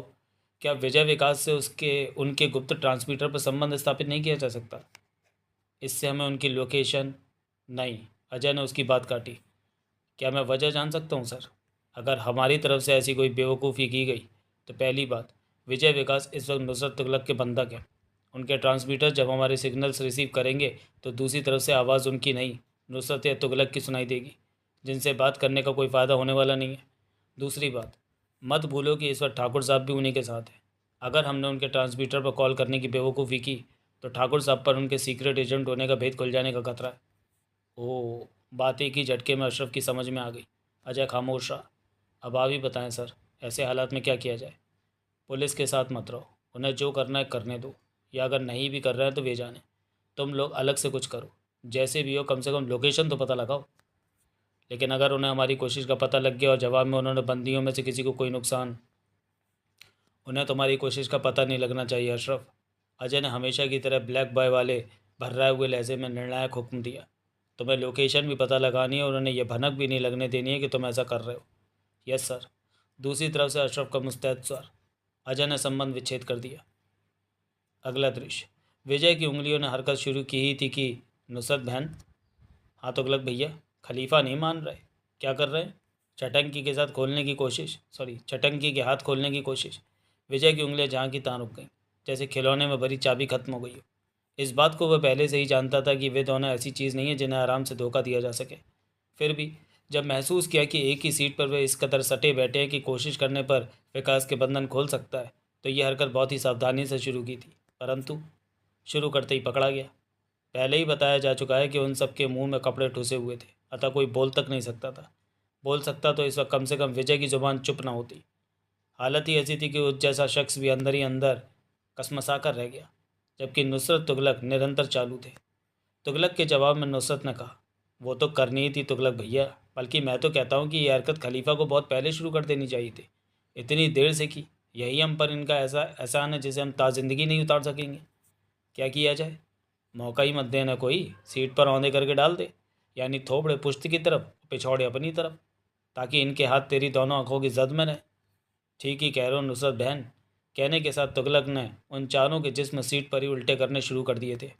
मुंह से गूं गां की आवाज़ निकालने से ज़्यादा कुछ भी तो नहीं कर सके वे। जबकि नुसरत बोला, कर ले बेटा, जितनी ज़्यादती इनके साथ कर सकता है कर ले, पर यह बात पक्के तौर पर समझ ले कि अगर इनका दांव लग गया तो कम से कम छटंग की तुझसे गिन गिन के बदले लेगा। 100 से आगे गिनती से वैसे भी नहीं आती, मतलब 100 तक गिनेगा और फिर 1 से शुरू हो जाएगा। इसी किस्म की बकवास करते करते उन्होंने हाईवे छोड़ दिया, गाड़ी एक लिंक रोड पर डाल दी। बल्कि अगर ये कहा जाए तो ज़्यादा मुनासिब होगा कि नुसरत ने जब ऐसा किया तो साफ पता लग रहा था कि अचानक नहीं कर दिया, बल्कि पहले से ही इस सड़क पर मुड़ना तय था। ये बात उस वक्त साबित भी हो गई जब तुगलक ने अपने गले में पड़ा लॉकेट, जो कि वास्तव में एक छोटा सा लेकिन पावरफुल ट्रांसमीटर था, ऑन किया और उस पर बोला, हम गली में आ गए अख्तर मियाँ, तुम सुनाओ क्या हाल है? मेरे आदमी बराबर नज़र रखे हुए हैं। उसके ट्रांसमीटर से निकलकर एक बारीक आवाज़ मुकम्मल गाड़ी में गूंजी। किसी भी तरह से ना आप पर नज़र रखी जा रही है और ना पीछा किया जा रहा है। कर भी कैसे सकते हैं हजरात, हमने भपकी ही ऐसी दे रखी है। तुगलक कहता चला गया। दूसरी और दूसरी और सबसे इम्पॉर्टेंट बात यह है कि ऐसे मौके पर जो सब कुछ कर सकते थे उन्हीं की गठरी बांध कर अपने साथ ले आए। न बांस छोड़ा है, न बांसुरी बचने का खतरा। दूसरी तरफ खामोशी छा गई। नुसरत ने कहा, तुम फालतू बातों में टाइम बहुत ख़राब कर रहे हो मियाँ। इधर उधर की गाने की जगह अगर अख्तर मियाँ से ये पूछो तो ज़्यादा मुनासिब होगा कि अब किधर बढ़ना है, क्योंकि आगे जाकर ये सड़क वाई की शक्ल में फट रही है। ट्रांसमीटर के दूसरे छोर पर मौजूद अख्तर नाम के शख्स ने शायद उसकी बात सुन ली थी। वह बोला, आपको बाई तरफ वाले रास्ते पर बढ़ना है। नुसरत ने वाई आने पर वैसे ही किया। इस तरह उन्हें ट्रांसमीटर पर ही रास्ता बताया जाता रहा। किसी वाहन की तो बात ही दूर, जब से वे लिंक रोड पर आए थे उसके बाद से दूर दूर तक किसी आदमी के दर्शन नहीं हुए थे। शायद पहले ही से ही खूब सोच समझ कर वह रास्ता चुना गया था। पतली सड़क के दोनों तरफ दूर दूर तक बंजर ज़मीन पड़ी थी। दृष्टि के अंतिम छोर तक कोई नज़र नहीं आ रहा था। सामने की तरफ मैदान के बाद शुरू होने वाली लाल रंग के सूखे पर्वतों की श्रृंखला को वे साफ देख सकते थे। ट्रांसमीटर के दूसरी तरफ मौजूद अख्तर बोला, जहाँ इस वक्त आप हैं वहाँ से एक गंजे पहाड़ को साफ देख सकते हैं। उसके शीर्ष पर बनी इमारत भी नज़र आ रही होगी।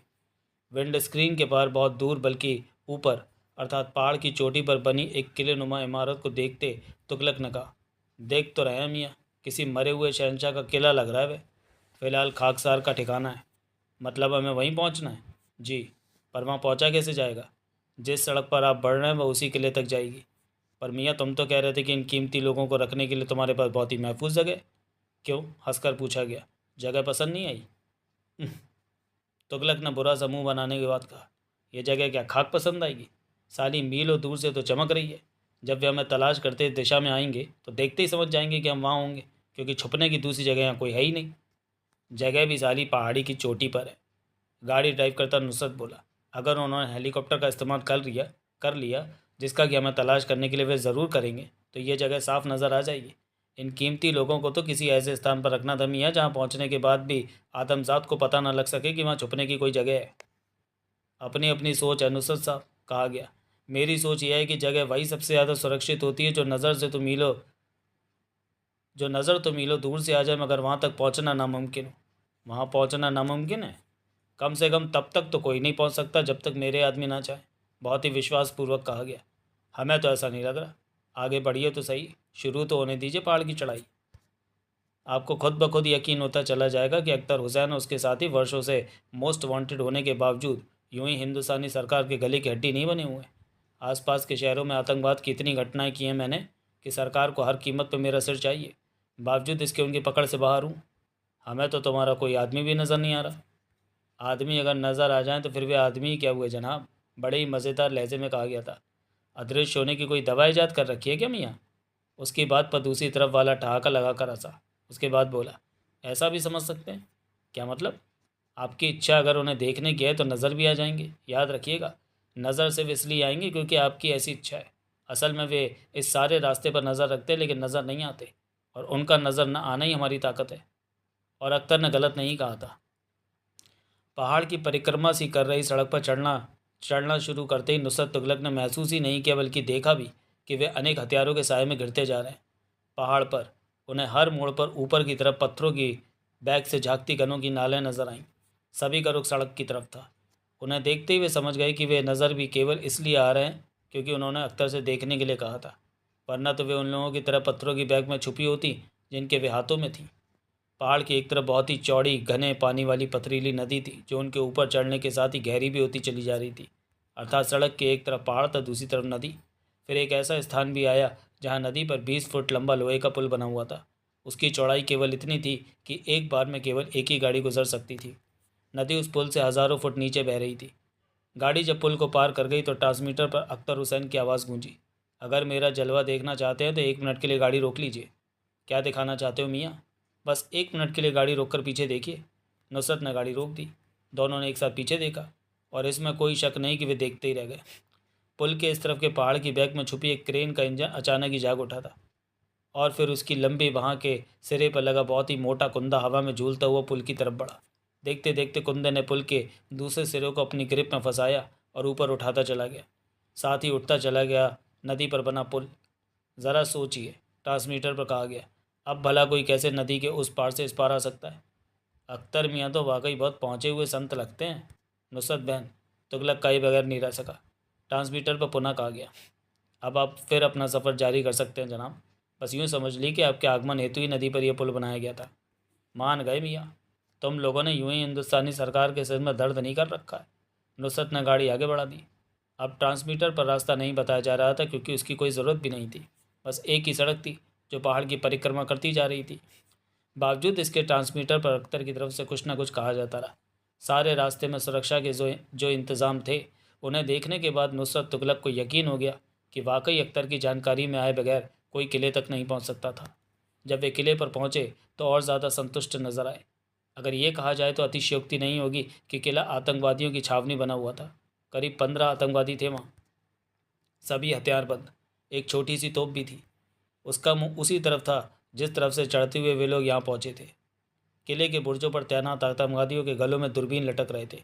वे अभी गाड़ी में बैठे वहाँ के नज़ारों को देख ही रहे थे कि एक बार फिर ट्रांसमीटर पर अख्तर की आवाज़ गूंजी, आप देख ही रहे होंगे जनाब कि यह किला कितनी शानदार जगह पर बना है। समझ गए अख्तर मियाँ, नुसरत बोला। बहुत पहले ही समझ चुके हैं कि तुम्हारे इस किले तक चिड़िया का बच्चा भी तुम्हारी नज़रों से बचकर नहीं पहुँच सकता। किला मेरा नहीं है हुजूर, मेरी इतनी औकात ही कहाँ है जो इस जगह पर इतना बड़ा किला बनवा सकूँ। इसे तो आज से 100 साल पहले किसी शौकीन मिजाज अंग्रेज़ ने बनवाया था। मैं तो इस पर सिर्फ काबिज़ हूँ, वह भी इसलिए क्योंकि मुझे लगा कि उसने इसे शायद मेरे ही जैसे किसी आदमी के महफूज रहने के लिए बनवाया था।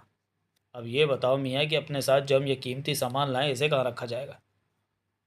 उससे पहले मैं ये चाहूँगा कि आप गाड़ी से उतर कर किले के पिछली तरफ का नज़ारा और कर लें। उससे क्या होगा बाद में बताऊँगा, पहले वैसा कीजिए जैसा कह रहा हूँ। चलो मियाँ, वैसा भी कर लेते हैं, मगर सामान की चिंता ना करें। उसकी अधूरी बात का पूरा मतलब समझते हुए दूसरी तरफ से कहा गया, आप देख ही रहे कि चारों तरफ मेरे आदमी मौजूद हैं। वे सामान पर पूरी नज़र रखेंगे। सामान न्यूक्लियर बम से भी ज़्यादा विस्फोटक है मियाँ। इसे फटने का मौका मिल गया तो तुम्हारा एक किला ही नहीं, सारा पहाड़ रेत के घरौंदे की तरह जमी दोज हो जाएगा। जानता हूँ हुजूर, इन लोगों के नाम मैंने भी खूब सुन रखे हैं। इन्हें अगर मौका मिल गया तो वाकई वो हो सकता है जो आपने कहा।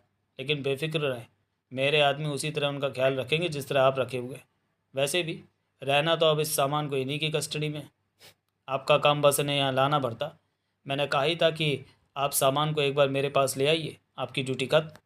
अब इन सब की मुकम्मल हिफाजत करना मेरा काम है। नुसरत तुगलक ने एक दूसरे की तरफ देखा, जैसे पूछ रहा हूँ कि क्या किया जाए। फिर आंखों ही आंखों में दोनों के बीच जो बातें हुई, उनके मुताबिक वे गाड़ी से बाहर आ गए। उनके ऐसा करते ही सशस्त्र आतंकवादियों ने गाड़ी को चारों तरफ से घेर लिया था।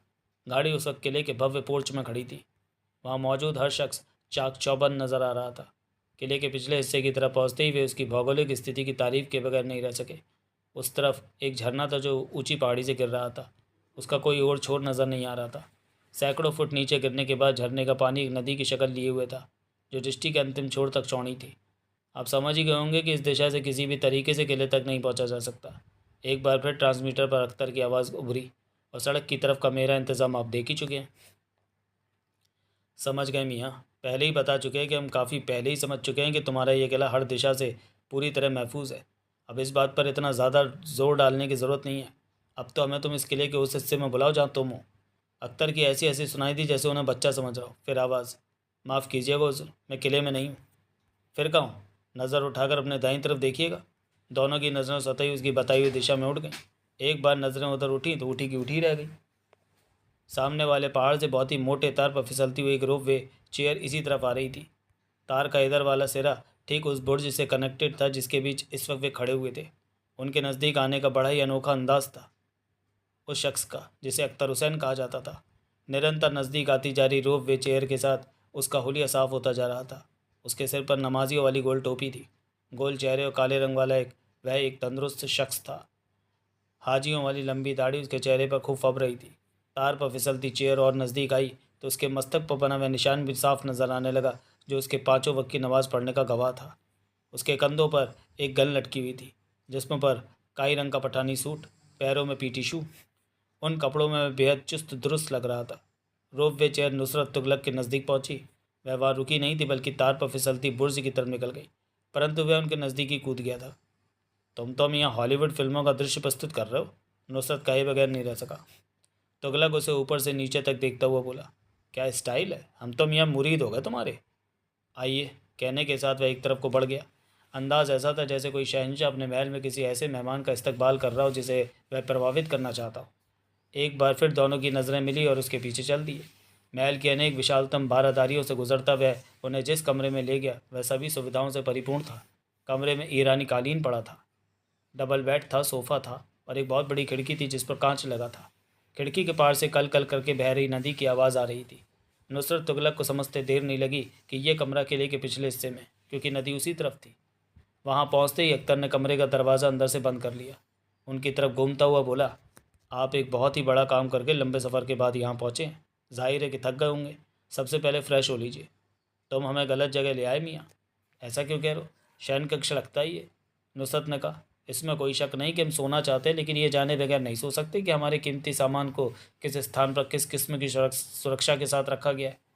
तुगलक बोला, कहने का मतलब यह है कि हम पहले उसी की तरफ से निश्चिंत होना चाहेंगे, उसके बाद। यानी आपको मेरा इतना जलवा देखने के बाद भी यकीन नहीं है कि मैं और मेरे साथी उन्हें महफूज रखेंगे? हम में कमी ही अहमी है कि हमने दूसरों पर यकीन करना कभी सीखा ही नहीं। और फिर ये तो मसला भी उन हस्तियों का है जिन्हें बखेड़ा खड़ा करने के लिए बस सुई की नोक के बराबर मौका चाहिए। लिहाजा जब तक उनकी पोजीशन नहीं देख लेंगे। अगर मैं ये कहूँ दुनिया के सबसे बेवकूफ़ नमूनों कि तुम खुद ही उन्हें वहाँ ले आए हो जहाँ नहीं लाना चाहिए था, तो खुद को क्या कहोगे? अचानक ही अख्तर का लहजा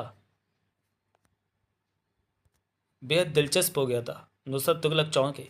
चौंक इस तरह अख्तर हुसैन की तरफ देखा जैसे अचानक उसके सिर पर सींग नजर आने लगे। फिर एक दूसरे की तरफ ऐसी नज़रों से देखा जैसे पूछ रहे हो कि क्या तुम्हारी समझ में कुछ आया। जब दोनों ने एक दूसरे की आंखों में उलझन के भाव देखे तो तुगलक ने पुनः अख्तर की तरफ देखते हुए पूछा, अचानक तुम्हारा सुर कैसे बदल गया मियाँ? अभी तो सुर ही बदला है। मैं बड़े ही रहस्यमय अंदाज में मुस्कुरा रहा था। थोड़ी देर में लय और ताल भी बदल ही पाओगे। क्या मतलब? नुसरत के मुंह से ये लफ्ज़ निकला ही था कि अख्तर के हाथ का बहुत ही झन्नाटेदार चांटा उसके गाल पर पड़ा। चांटा इतना ज़ोरदार था कि नुसरत फिरकनी की मानद कई चक्कर खाते हुए कमरे में बिछे ईरानी कालीन पर जा गिरा। कैसी लगी ले? अख्तर ने पूछा। तुगलक हैरान। अभी वो कुछ समझ भी नहीं पाया था कि अख्तर के दूसरे हाथ का चाटा उसी भरपूर अंदाज में उसके गाल पर पड़ा, साथ ही उसकी आवाज़, और इसे कहते हैं ताल। इस बार तुगलक के हलक से चीख निकली और फिरकनी की तरह घूमता हुआ कालीन से उठने की कोशिश करते नुसरत के ऊपर जा गिरा। एक दूसरे से गुथे दोनों कालीन पर लुढ़क गए थे। अम्मा मियाँ, तुम ये कर क्या रहे हो? नुसरत ने पूछा। तुगलक का सवाल। ये तो बता दो भैया कि तुम हो कौन, और हमें इस तरह पीटना क्यों शुरू कर दिया है, जैसे क्लास में मास्टर जी नालायक बच्चों को पीटते हैं। नुसरत का हाथ अपने उस गाल पर था जिस पर चाटा पड़ा था। अगला दृश्य। केवल एक आंख थी उसकी, चेहरा लंबा, एक एक हड्डी उभरी हुई, नाक आगे से थोड़ी मुड़ी हुई थी, ठुड्डी नुकीली। शक्ल से ही हिंसक सा नजर आने वाला वह शख्स परवेज़ हलीम को उस हॉल में मिला जिसमें करीब 500 अपकेंद्री मशीनें लगी थीं। मुंह से भले ही किसी ने कुछ न कहा हो, लेकिन नज़रों ही नज़रों में उनके बीच ढेर सारी बातें हो गई थीं। सभी मशीनें इस वक्त शांत थीं, अतः कोई खटर पटर नहीं गूंज रही थी। उस पर तैनात रहने वाले और काली वर्दी वाले सुरक्षा गार्ड भी वहाँ नहीं थे। हाँ, इक्का दुक्का आदमी ज़रूर इधर उधर आते जाते नज़र आ रहे थे, मगर किसी का ध्यान उनकी तरफ नहीं था। दर्शा तो वे भी ऐसे ही रहे थे जैसे उनका ध्यान भी एक दूसरे पर न हो। बस एक बार नज़रें मिलाने और उन्हीं में सारी बातें करने के बाद परवेज़ हलीम तेज़ कदमों से एक तरफ को बढ़ गया था। बड़ा एक आंख वाला भी उसी दिशा में था, किंतु उसके चलने का अंदाज ऐसा था जैसे परवेज़ का पीछा न कर रहा हो, बल्कि यूं ही चहलकदमी करने उधर जा रहा हो। दो और शख्स थे जो उसी अंदाज में एक आंख वाले के पीछे बढ़े। प्रत्यक्ष में उनके बीच भी कोई संबंध नज़र नहीं आ रहा था। इस इमारत में काम करने वालों को इमारत के केवल उसी हिस्से में जाने की इजाज़त थी जिसमें उनका काम होता था। अगर कोई ऐसे इलाके में नज़र आता जहां उसका काम नहीं होता था तो काली वर्दी वाले सुरक्षा गार्डों द्वारा पकड़ा जा सकता था। फिर उससे पूछा जाता कि वह वहाँ क्या कर रहा था। संतुष्टिजनक जवाब न दे पाने पर पकड़े जाने वाले को कोर्ट मार्शल जैसी कार्रवाई से भी गुजरना पड़ सकता था। पर ऐसा कभी हुआ नहीं था, क्योंकि इस कानून को कभी किसी ने तोड़ा ही नहीं। मगर परवेज़ हलीम और उनके 4 साथी वैज्ञानिकों की इमारत में ऐसी हैसियत थी कि वे चाहे जब चाहे जहां आ जा सकते थे। उन पर कोई पाबंदी नहीं थी। इसके बावजूद आज जाने क्या बात थी कि जिस तरफ परवेज़ इस वक्त बढ़ रहा था, उस तरफ बढ़ते वक्त दिल असामान्य गति से धड़कने लगा। वह ज्यों ज्यों उस तरफ बढ़ता जा रहा था, त्यों तो दिल के धड़कने की आवाज़ उसके कानों में स्पष्ट आने लगी थी। थोड़ा नर्वस भी था वह। मस्तक पर रह रहकर पसीना छलछला आता था। उस पसीने को बार बार अपनी आस्तीन से पहुंचता परवेज़ एक ऐसी गैलरी से गुजरता चला गया जिसमें भरपूर रोशनी थी।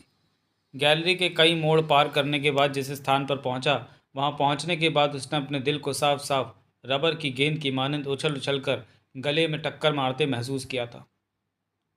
वहां गैलरी बंद थी। सामने वाली दीवार में एक दरवाज़ा नज़र आ रहा था। दरवाज़ा स्टील का बना था। देखने मात्र से पता लगता था कि बैंक लॉकर के रूम के दरवाजे की मजबूती भी उसके सामने कुछ नहीं थी। दरवाजे में कोई हैंडल नहीं था। बीचों बीच बस एक कैलकुलेटर सा नज़र आ रहा था, बहुत ही छोटी, एक पट्टी जैसी स्क्रीन वाला कैलकुलेटर। उसकी स्क्रीन इस वक्त ऑफ थी, जैसे कैलकुलेटर ऑफ हो। उसके नीचे मौजूद बटनों पर 0 से 9 तक के अंक लिखे थे। परवेज़ बेचैनी के साथ उस दरवाजे के आसपास टहलने लगा। अभी उसे ज़्यादा देर नहीं हुई थी कि एक आंख वाला भी ऐसे अंदाज में टहलता हुआ आ गया जैसे बेध्यानी में चला आया। वह कहाँ है? कांपते सर में परवेज़ ने जाने किसके बारे में पूछा।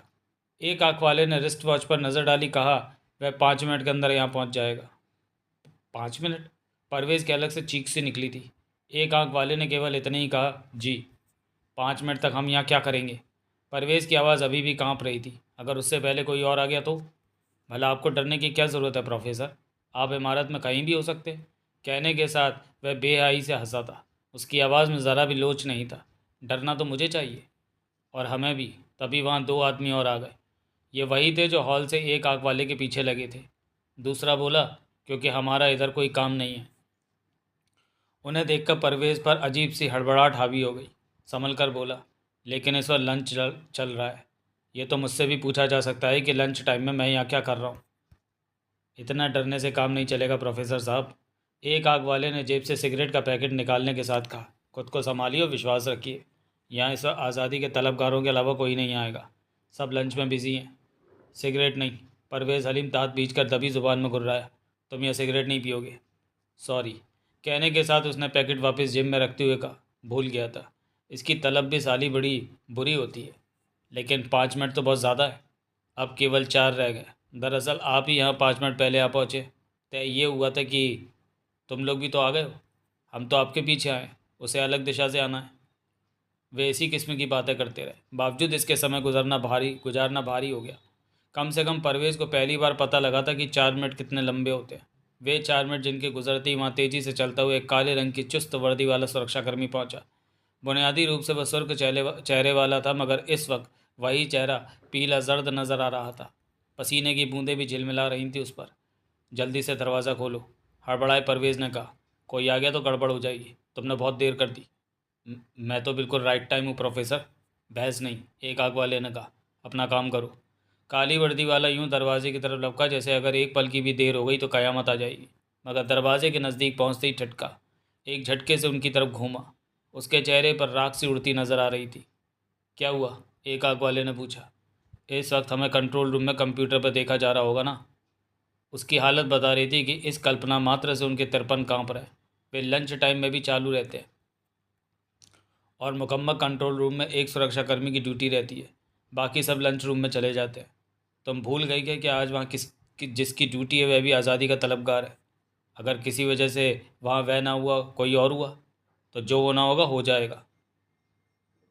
वह उतना सब देखकर भी वही करेगा जितना देख चुका है, और उसे देखकर भी वही करेगा जो हम आगे करने वाले हैं। वैसे तुम ज़रा भी चिंता मत करो, अगर कोई गड़बड़ होती है तो वह हमें सिग्नल ज़रूर देता। काली वर्दी वाला वापस दरवाजे की तरफ घूमा। उसने जेब से विचित्र आकार वाली एक बहुत ही छोटी सी चाबी निकाली और उसे कैलकुलेटर में नज़र आ रहे छोटे से की होल में डालने की कोशिश करने लगा। हाथ बुरी तरह कांप रहा था, इसलिए कामयाब नहीं हो पा रहा था। क्या कर रहा है? एक आंख वाला झपट कर उसके नज़दीक पहुंचता हुआ बोला। ये काम तू रोज़ करता है। पता नहीं आज क्या हो गया। एक आग वाले ने उससे चाबी छीनते हुए पूछा। इसे इस छेद में ही डालना है ना? इससे ज़्यादा तो कुछ नहीं। काली वर्दी वाले ने मुंह से हाँ कहने की कोशिश की, मगर सफल ना हो सका।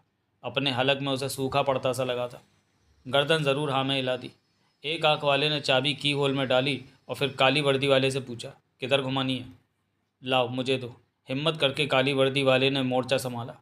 चाबी को उसने पहले थोड़ा सा अंदर की तरफ दबाया और फिर बाईं तरफ को घुमाकर दबाव कम कर दिया। दबाव कम करने के बाद चाबी को उसने दाईं तरफ घुमा दिया। ऐसा होते ही क्लिक की आवाज़ हुई। कैलकुलेटर की स्क्रीन रोशन हो उठी, जैसे उसका ऑन वाला स्विच दबा दिया गया हो। ताला खोलने की टेक्निक को देखने के बाद एक आंख वाले को भी मानना पड़ा कि वह चाबी के बावजूद ताला नहीं खोल सकता था। अब काली वर्दी वाला नंबरों को दबा रहा था। जिन नंबरों को वह आए दिन दबाता था और बगैर सोचे दबाते ही चला जाता था, उन्हें इस वक्त बहुत सोच कर दबा रहा था। नंबर दबाने के बाद वह पीछे हट गया। क्या हुआ? एक आंख वाले ने पूछा। उसने बताया दरवाज़ा 2 मिनट बाद खुलेगा। ऐसा क्यों? परवेज़ ने बेचैनी के साथ पूछा। ऐसा ही होता है, उसने कहा। ऐसा प्रावधान इसलिए रखा गया है ताकि अगर किसी अन्य को किसी स्रोत से इसका नंबर पता लग जाए और वह इसे खोलने की कोशिश करे, तो पूरा नंबर मिलाने पर भी जब दरवाज़ा नहीं खुलेगा तो याद रहे 2 मिनट बहुत ज़्यादा होते हैं। इतनी देर तक जब दरवाज़ा नहीं खुलेगा तो उसे अपने ज्ञात नंबर पर भी शक हो जाएगा। बेचैन हो उठेगा वह। ऐसी अवस्था में बौखला कर कोई दूसरा नंबर ट्राई करेगा। यकीनन, एक आंख वाला क्या उठा। ऐसा करते ही ताला हमेशा के लिए लॉक हो जाएगा। उसके बाद सही नंबर मिलाने पर भी नहीं खुलेगा। तो फिर कैसे खुलेगा? उस कंपनी के इंजीनियर को बुलाना पड़ेगा जिस कंपनी का यह ताला है। लॉक हो जाए, ताले का कोड उन्हीं के पास होता है। वे इसी तरह की बातें करते रहे। कम से कम परवेज़ हलीम का मन उन बातों में बिल्कुल नहीं लग रहा था। वह बार बार रिस्ट वॉच देख रहा था।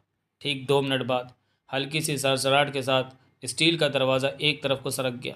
सब यूँ खड़े रह गए जैसे खुल जा सिमसिम वाला दरवाज़ा खुला और 40 चोरों का खजाना उनके सामने हो। मगर असल में वहाँ कोई ख़जाना नहीं था। वहाँ केवल 6 छोटे छोटे सिलेंडर थे, गहरे पीले रंग के। सभी को एक दूसरे से दूर बहुत करीने से रखा गया था। परवेज़ हलीम सहित सभी उस कमरे में आ गए, जिसकी सभी दीवारें, छत और फर्श मजबूत स्टील के बने थे। वे सभी उन सिलेंडर्स को ऐसी नज़रों से देख रहे थे कि क्या आंखें फाड़ फाड़ कर अली बाबा ने खजाने को देखा होगा। जैसे संसार के 9वें और बाकी 8 आश्चर्यों से भी कहीं बड़े आश्चर्य को देख रहा हूँ। केवल परवेज़ हलीम की आंखों में अलग भाव थे। वह ऐसे अंदाज में उन्हें देख रहा था जैसे कोई आर्टिस्ट अपनी ज़िंदगी के सबसे अहम शाहकार को देखता है। बोलो प्रोफेसर, किसे उठाना है? एक आग वाले ने पूछा। परवेज़ को जैसे किसी ने गहरी नींद से जगाया। बोला, अकेले इसी से कुछ नहीं होगा, पूरा सर्किट चाहिए। तभी तो आप साथ हैं, जो भी चाहिए बताओ। परवेज़ कुछ कहने के स्थान पर आगे बढ़ा। एक दीवार के करीब पहुंचा। वहाँ भी एक वैसे ही कैलकुलेटर लगा हुआ था। काली वर्दी वाले की तरफ घूमकर बोला, इसे खोलो। उसने तुरंत आदेश का पालन किया। अब ना वह उतना नर्वस था, ना ही परवेज़ की आवाज़ पहले की तरह कांप रही थी। कैलकुलेटर पर नंबर मिलाते ही सरसराहट की आवाज़ के साथ अलमारी खुल गई। वहाँ एक पार्टीशन में विशेष किस्म की बैटरियाँ और कुछ रंग बिरंगे तार रखे हुए थे। तार भी वे कुछ अलग ही तरह के थे। परवेज़ ने एक एक तार को उठाना और उन पर बहुत ही महीन अक्षरों में लिखे नंबरों को बेहद गौर से पढ़ना शुरू किया। नंबर इतनी बारीकी से लिखे गए थे कि अगर किसी को पता ना हो तो ये तक नहीं जान सकता था कि उन पर कोई नंबर भी है। वह तार को उठाता, उस पर लिखे नंबर को पढ़ता और फिर वापस रख देता। नंबरों का मिलान करके 3 तारों को छाँटने में उसे 10 मिनट लग गए। तीनों तार अलग अलग रंग के थे। फिर उसने उन्हीं नंबरों से मिलान करके एक बैटरी उठाई तथा वापस सिलेंडर्स की तरफ आ गया। अब वह एक एक सिलेंडर को बहुत सावधानी से उठा उठाकर उनके नीचे लिखे नंबरों को पढ़ रहा था। बल्कि अगर ये कहा जाए तो ज़्यादा बेहतर होगा कि उन पर लिखे नंबरों को बैटरी के नंबर से मिला रहा था। सिलेंडर्स को वह इस तरह उठा उठाकर वापस रख रहा था जैसे ऐसे नाजुक कांच के बने हों जो जरा सी धसक लगने पर टूट जाएंगे। परवेज तीसरे सिलेंडर पर जाकर ठिठका, बोला, ये है, और ये सारा सामान भी इसी के साथ है। एक आंख वाले ने उसके हाथ में मौजूद तारों और बैटरी की तरफ इशारा किया। हाँ, पर यह जाएगा कैसे? दो में से एक ने पूछा। इसे पकड़ो। कहने के बाद परवेज़ ने हाथ में मौजूद सामान एक आंख वाले को पकड़ाया और एक अन्य दीवार की तरफ बढ़ गया। काली वर्दी वाला उसके पीछे था। वह समझ चुका था कि क्या करना है। जैसे ही परवेज़ एक दीवार के सामने रुका, उसने आगे बढ़कर वहाँ लगे कैलकुलेटर पर वह नंबर मिला दिया जिसके परिणाम स्वरूप वहाँ की अलमारी खुल गई। उसमें बिल्कुल ही अलग धातु की बनी 6 इतनी बड़ी अटैचियाँ रखी थी जिनमें एक एक सिलेंडर आराम से आ सकता था। एक आंख वाले ने उसके नज़दीक आते हुए पूछा, कोई भी अटैची उठा ली जाए या इन पर भी कोई नंबर लिखे? परवेज़ ने उसके सवाल का जवाब देने की जगह अटैचियों को परखना शुरू किया। हालांकि उन पर कोई नंबर नहीं लिखा था, फिर भी पहली, दूसरी और तीसरी को देखकर वापस उनके पार्टीशन में रख दिया। चौथी को देखने के बाद एक आंख वाले से बोला, यह सारा सामान इसमें आएगा। एक आंख वाले ने बगैर देर करे अटैची उठा ली। बस? उसने पूछा, इतना ही सामान जाना है ना? परवेज़ का संक्षिप्त जवाब, हाँ। उसके बाद एक आंख वाले ने ना किसी से कुछ कहा, ना ही किसी को कोई और बात सुनने की कोशिश की। अटैची लेकर वह परवेज़ द्वारा अलग किए गए सिलेंडर के समीप पहुंचा। अटैची फर्श पर रखकर खोली, तार और बैटरी उसके एक किनारे पर रखे और उसमें रखने के लिए सिलेंडर की तरफ हाथ बढ़ाई ताकि परवेज़ ने कहा, क्या कर रहे हो? ठहरो। उसने सवालिया नज़रों से परवेज़ की तरफ देखा। एक अन्य ने कहा, आपका काम खत्म हो चुका है प्रोफेसर साहब, अब हमारा काम चालू है, हमें करने दो। इस तरह बेवकूफ़ी से काम करोगे तो सारा गुड़ गोबर हो जाएगा। भन्नाई हुआ परवेज़ आगे बढ़ा। अटैची में हर वस्तु के लिए अलग से जेब है, उसे उसी में रखो। सेंटेंस पूरा करते करते वह अटैची के नज़दीक पहुंच गया था। इससे पहले कि कोई कुछ समझ पाता, उसने अटैची में पड़े तारों और बैटरी को अटैची के अलग अलग जेबों में रख दिया। बोला, अब सिलेंडर को अटैची में बने इस खांचे में अच्छी तरह फिक्स करके रखो ताकि सफ़र के दरमियान हिले डुले नहीं। एक आंख वाले ने सिलेंडर उठाया। परवेज़ ने पुनः कहा, संभाल कर। एक आंख वाले ने वैसे ही सिलेंडर पैक करके अटैची बंद कर दी जैसे परवेज़ चाहता था। उसके बाद बोला, एक बात पूछूं प्रोफेसर साहब? पूछो। मैंने सुना है कि तब तक कुछ नहीं हो सकता जब तक कि इसे तहलका से ना जोड़ा जाए। ठीक सुना है। तो फिर आप इतने डर क्यों रहे? सिलेंडर को इस तरह उठा उठाकर एक से दूसरी जगह क्यों रख रहे थे, जैसे ये कांच का बना हो, या अगर यह अटैची में हिल डुल भी जाएगा तो? इसके अंदर का सर्किट टूट सकता है बेवकूफ़।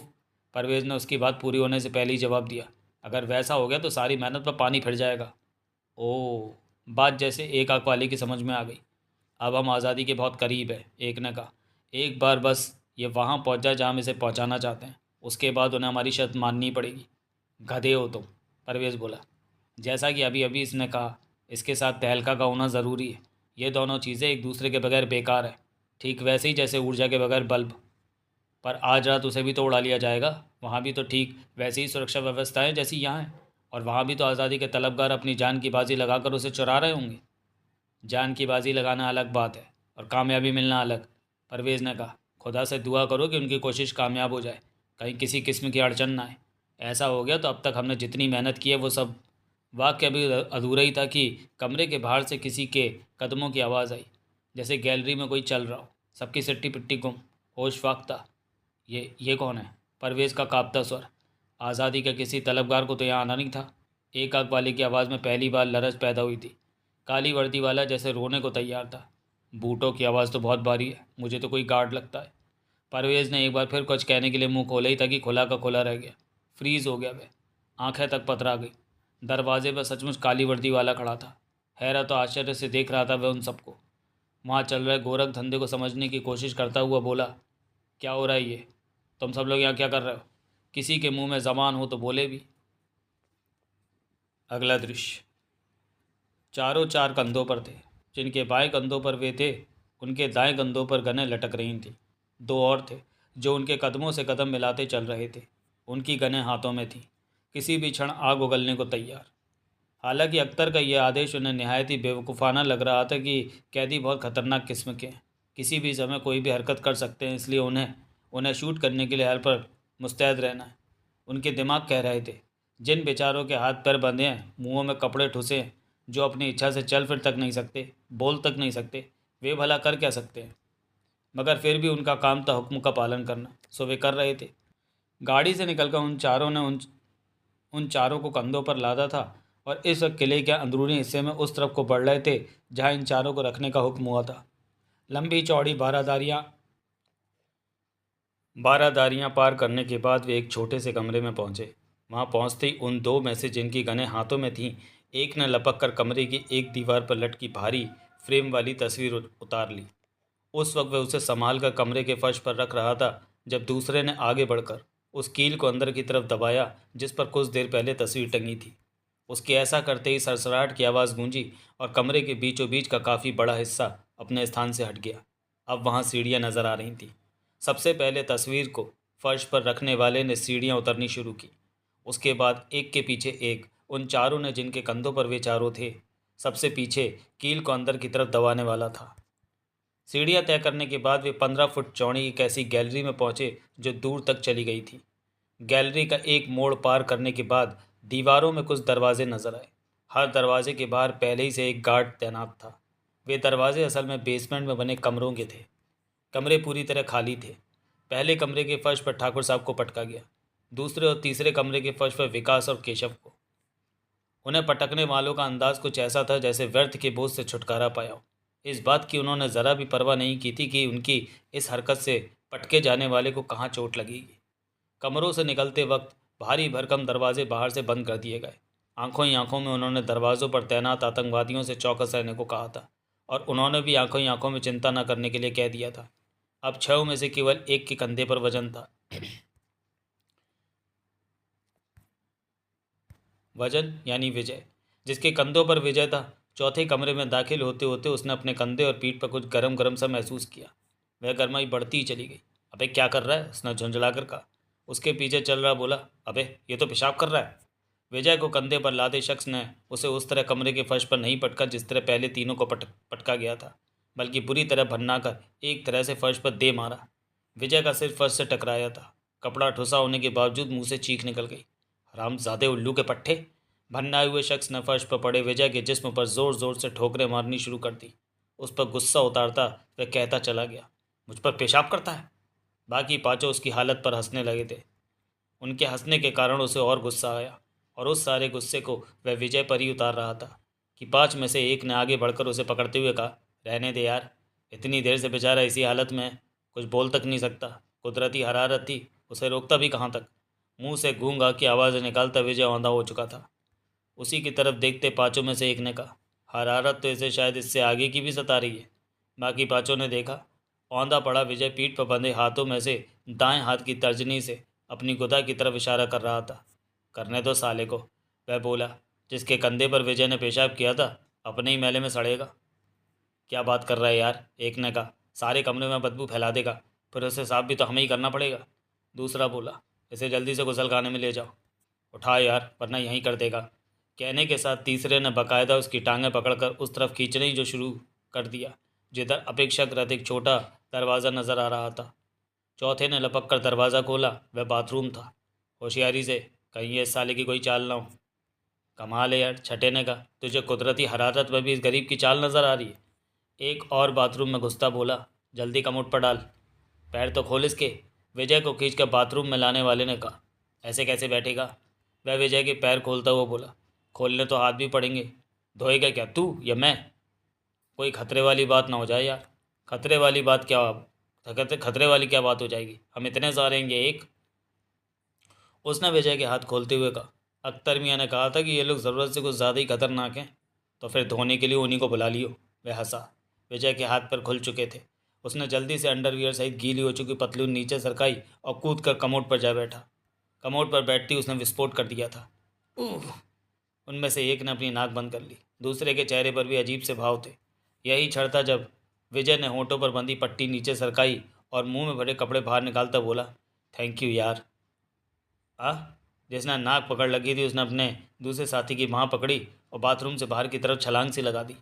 पीछे वाले ने दरवाज़ा बंद किया ही था कि कमरे में मौजूद चार में से एक ने कहा, क्या कर रहा है, दरवाज़ा तो खोल दे, तुझे बदबू नहीं आ रही?